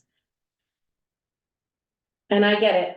I know I'm sensitive to all the meetings and the competing factors and the toppling over that all of this does. If there are, you know, radical decisions. I don't take it lightly. But it's also partly dictated by the schedule we have to meet due to referendums and et cetera. What was I gonna say? I lost my train of thought. You know, and then the other piece of it is that we don't know what other curveballs are gonna come our way in terms of insurance or something else that comes in, that throws things off. You know, questions around the motor vehicle tax, all those things. Those are big questions that we need answered. The insurance, ESMA, motor vehicle. I mean, I know EL Smith sometimes is like down to the wire and you don't always have that, but the other stuff, I mean, you're asking for a decision tonight, not you, but I mean, initially it was a decision tonight. We don't even have pieces. How can you ask that? That's not fair. Jane, do you still have your hand up? I do. I had another question. So, my understanding based on the discussion tonight was that there were no outstanding questions left for the Board of Ed beyond the insurance numbers that we're waiting for. Is that correct? I think that's correct. Okay, I just wanted to make sure because if our budget approval, we're gonna, I guess, I feel like if there's no questions on our budget, I understand everyone wants to look at the big picture, but having a better feeling tonight for the Board of Ed would be substantially more reasonable for our board to be able to respond appropriately and within the right time frame than not getting an answer about our budget for another 2 weeks. So I understand the position you guys are in. But I just,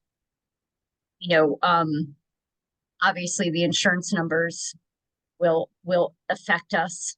But I will tell you that in the past, we have not, we've budgeted 20%. If it came in at 29, we would not come back to you and say, we're not now asking for 29% in that line. It would go down if the rates come in lower, which it doesn't seem like it's possible, but it would not go up. And Dina or Cindy, correct me if I'm wrong, but historically, when they have come in higher than what we initially estimated, we just stuck with that initial estimate and we've made those changes elsewhere. So we didn't increase from our initial request to the Board of Finance. So I just want to make that point. Those numbers may be variable, but they're not going to go up from the 20%. And Dina and Cindy, please correct me if I'm wrong, but that's how we've done it in the past. That's correct. We would have to get creative in making it work, but no, we would not come back and ask for more.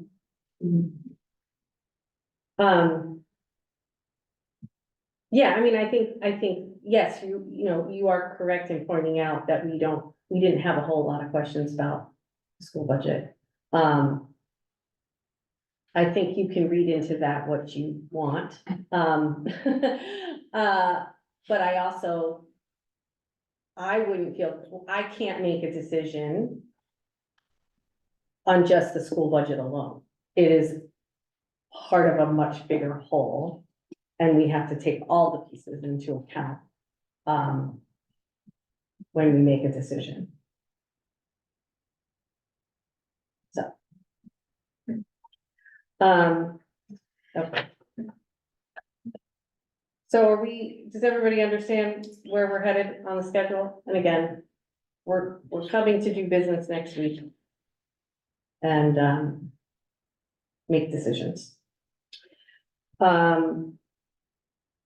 I think due to the hour, and I don't think we have to do either D or E. Actually, can I just ask? Yeah. Dina and Cindy, does that affect your, moving that non-lapsing fund tonight, would that affect your? Yeah. Like right away? No. I just want to make sure we don't shortchange the school. Yeah, I'm sorry. I don't understand why you could not do item D tonight. We could, I'm just a little To get that tired. taken care of, you've made your Yeah, formal request. Yes. Yeah, is that what, I haven't done the math, I'm gonna assume you guys are good at math and it's 1%. Yes, it is a little over 1%. For the entire amount that was left over. It's at the Board of Finance discretion whether or not you give us the 1% or a little bit over. It's like 1.01 or 1.02%. So it's 1%, So and my it's- math, it it's stops at the really, 0. really close. And that action doesn't hurt anything. Right, I don't disagree. I would like to move that we table that item, that we table item D and E for next week. Did I make a motion? Is somebody to second that? I don't know. I'll second. All right, so I made a motion to table D and E for next week. And Judy seconded. All in favor? Aye. Any opposed? Aye. Me, You're opposed I am opposed. because you want to do it tonight. I think we should do the Board of Ed non-lapsing fund tonight, but it's the motion carried, so Okay, it's out of my hands.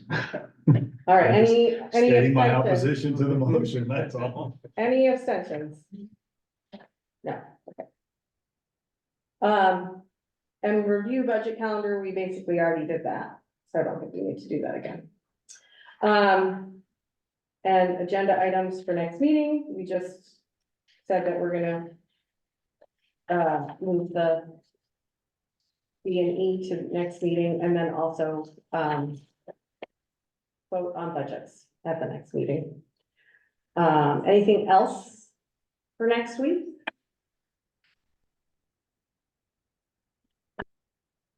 No, okay. Remarks for the good of the board. Thank you, everybody, for your time and attention this evening and patience as we work through all of our questions.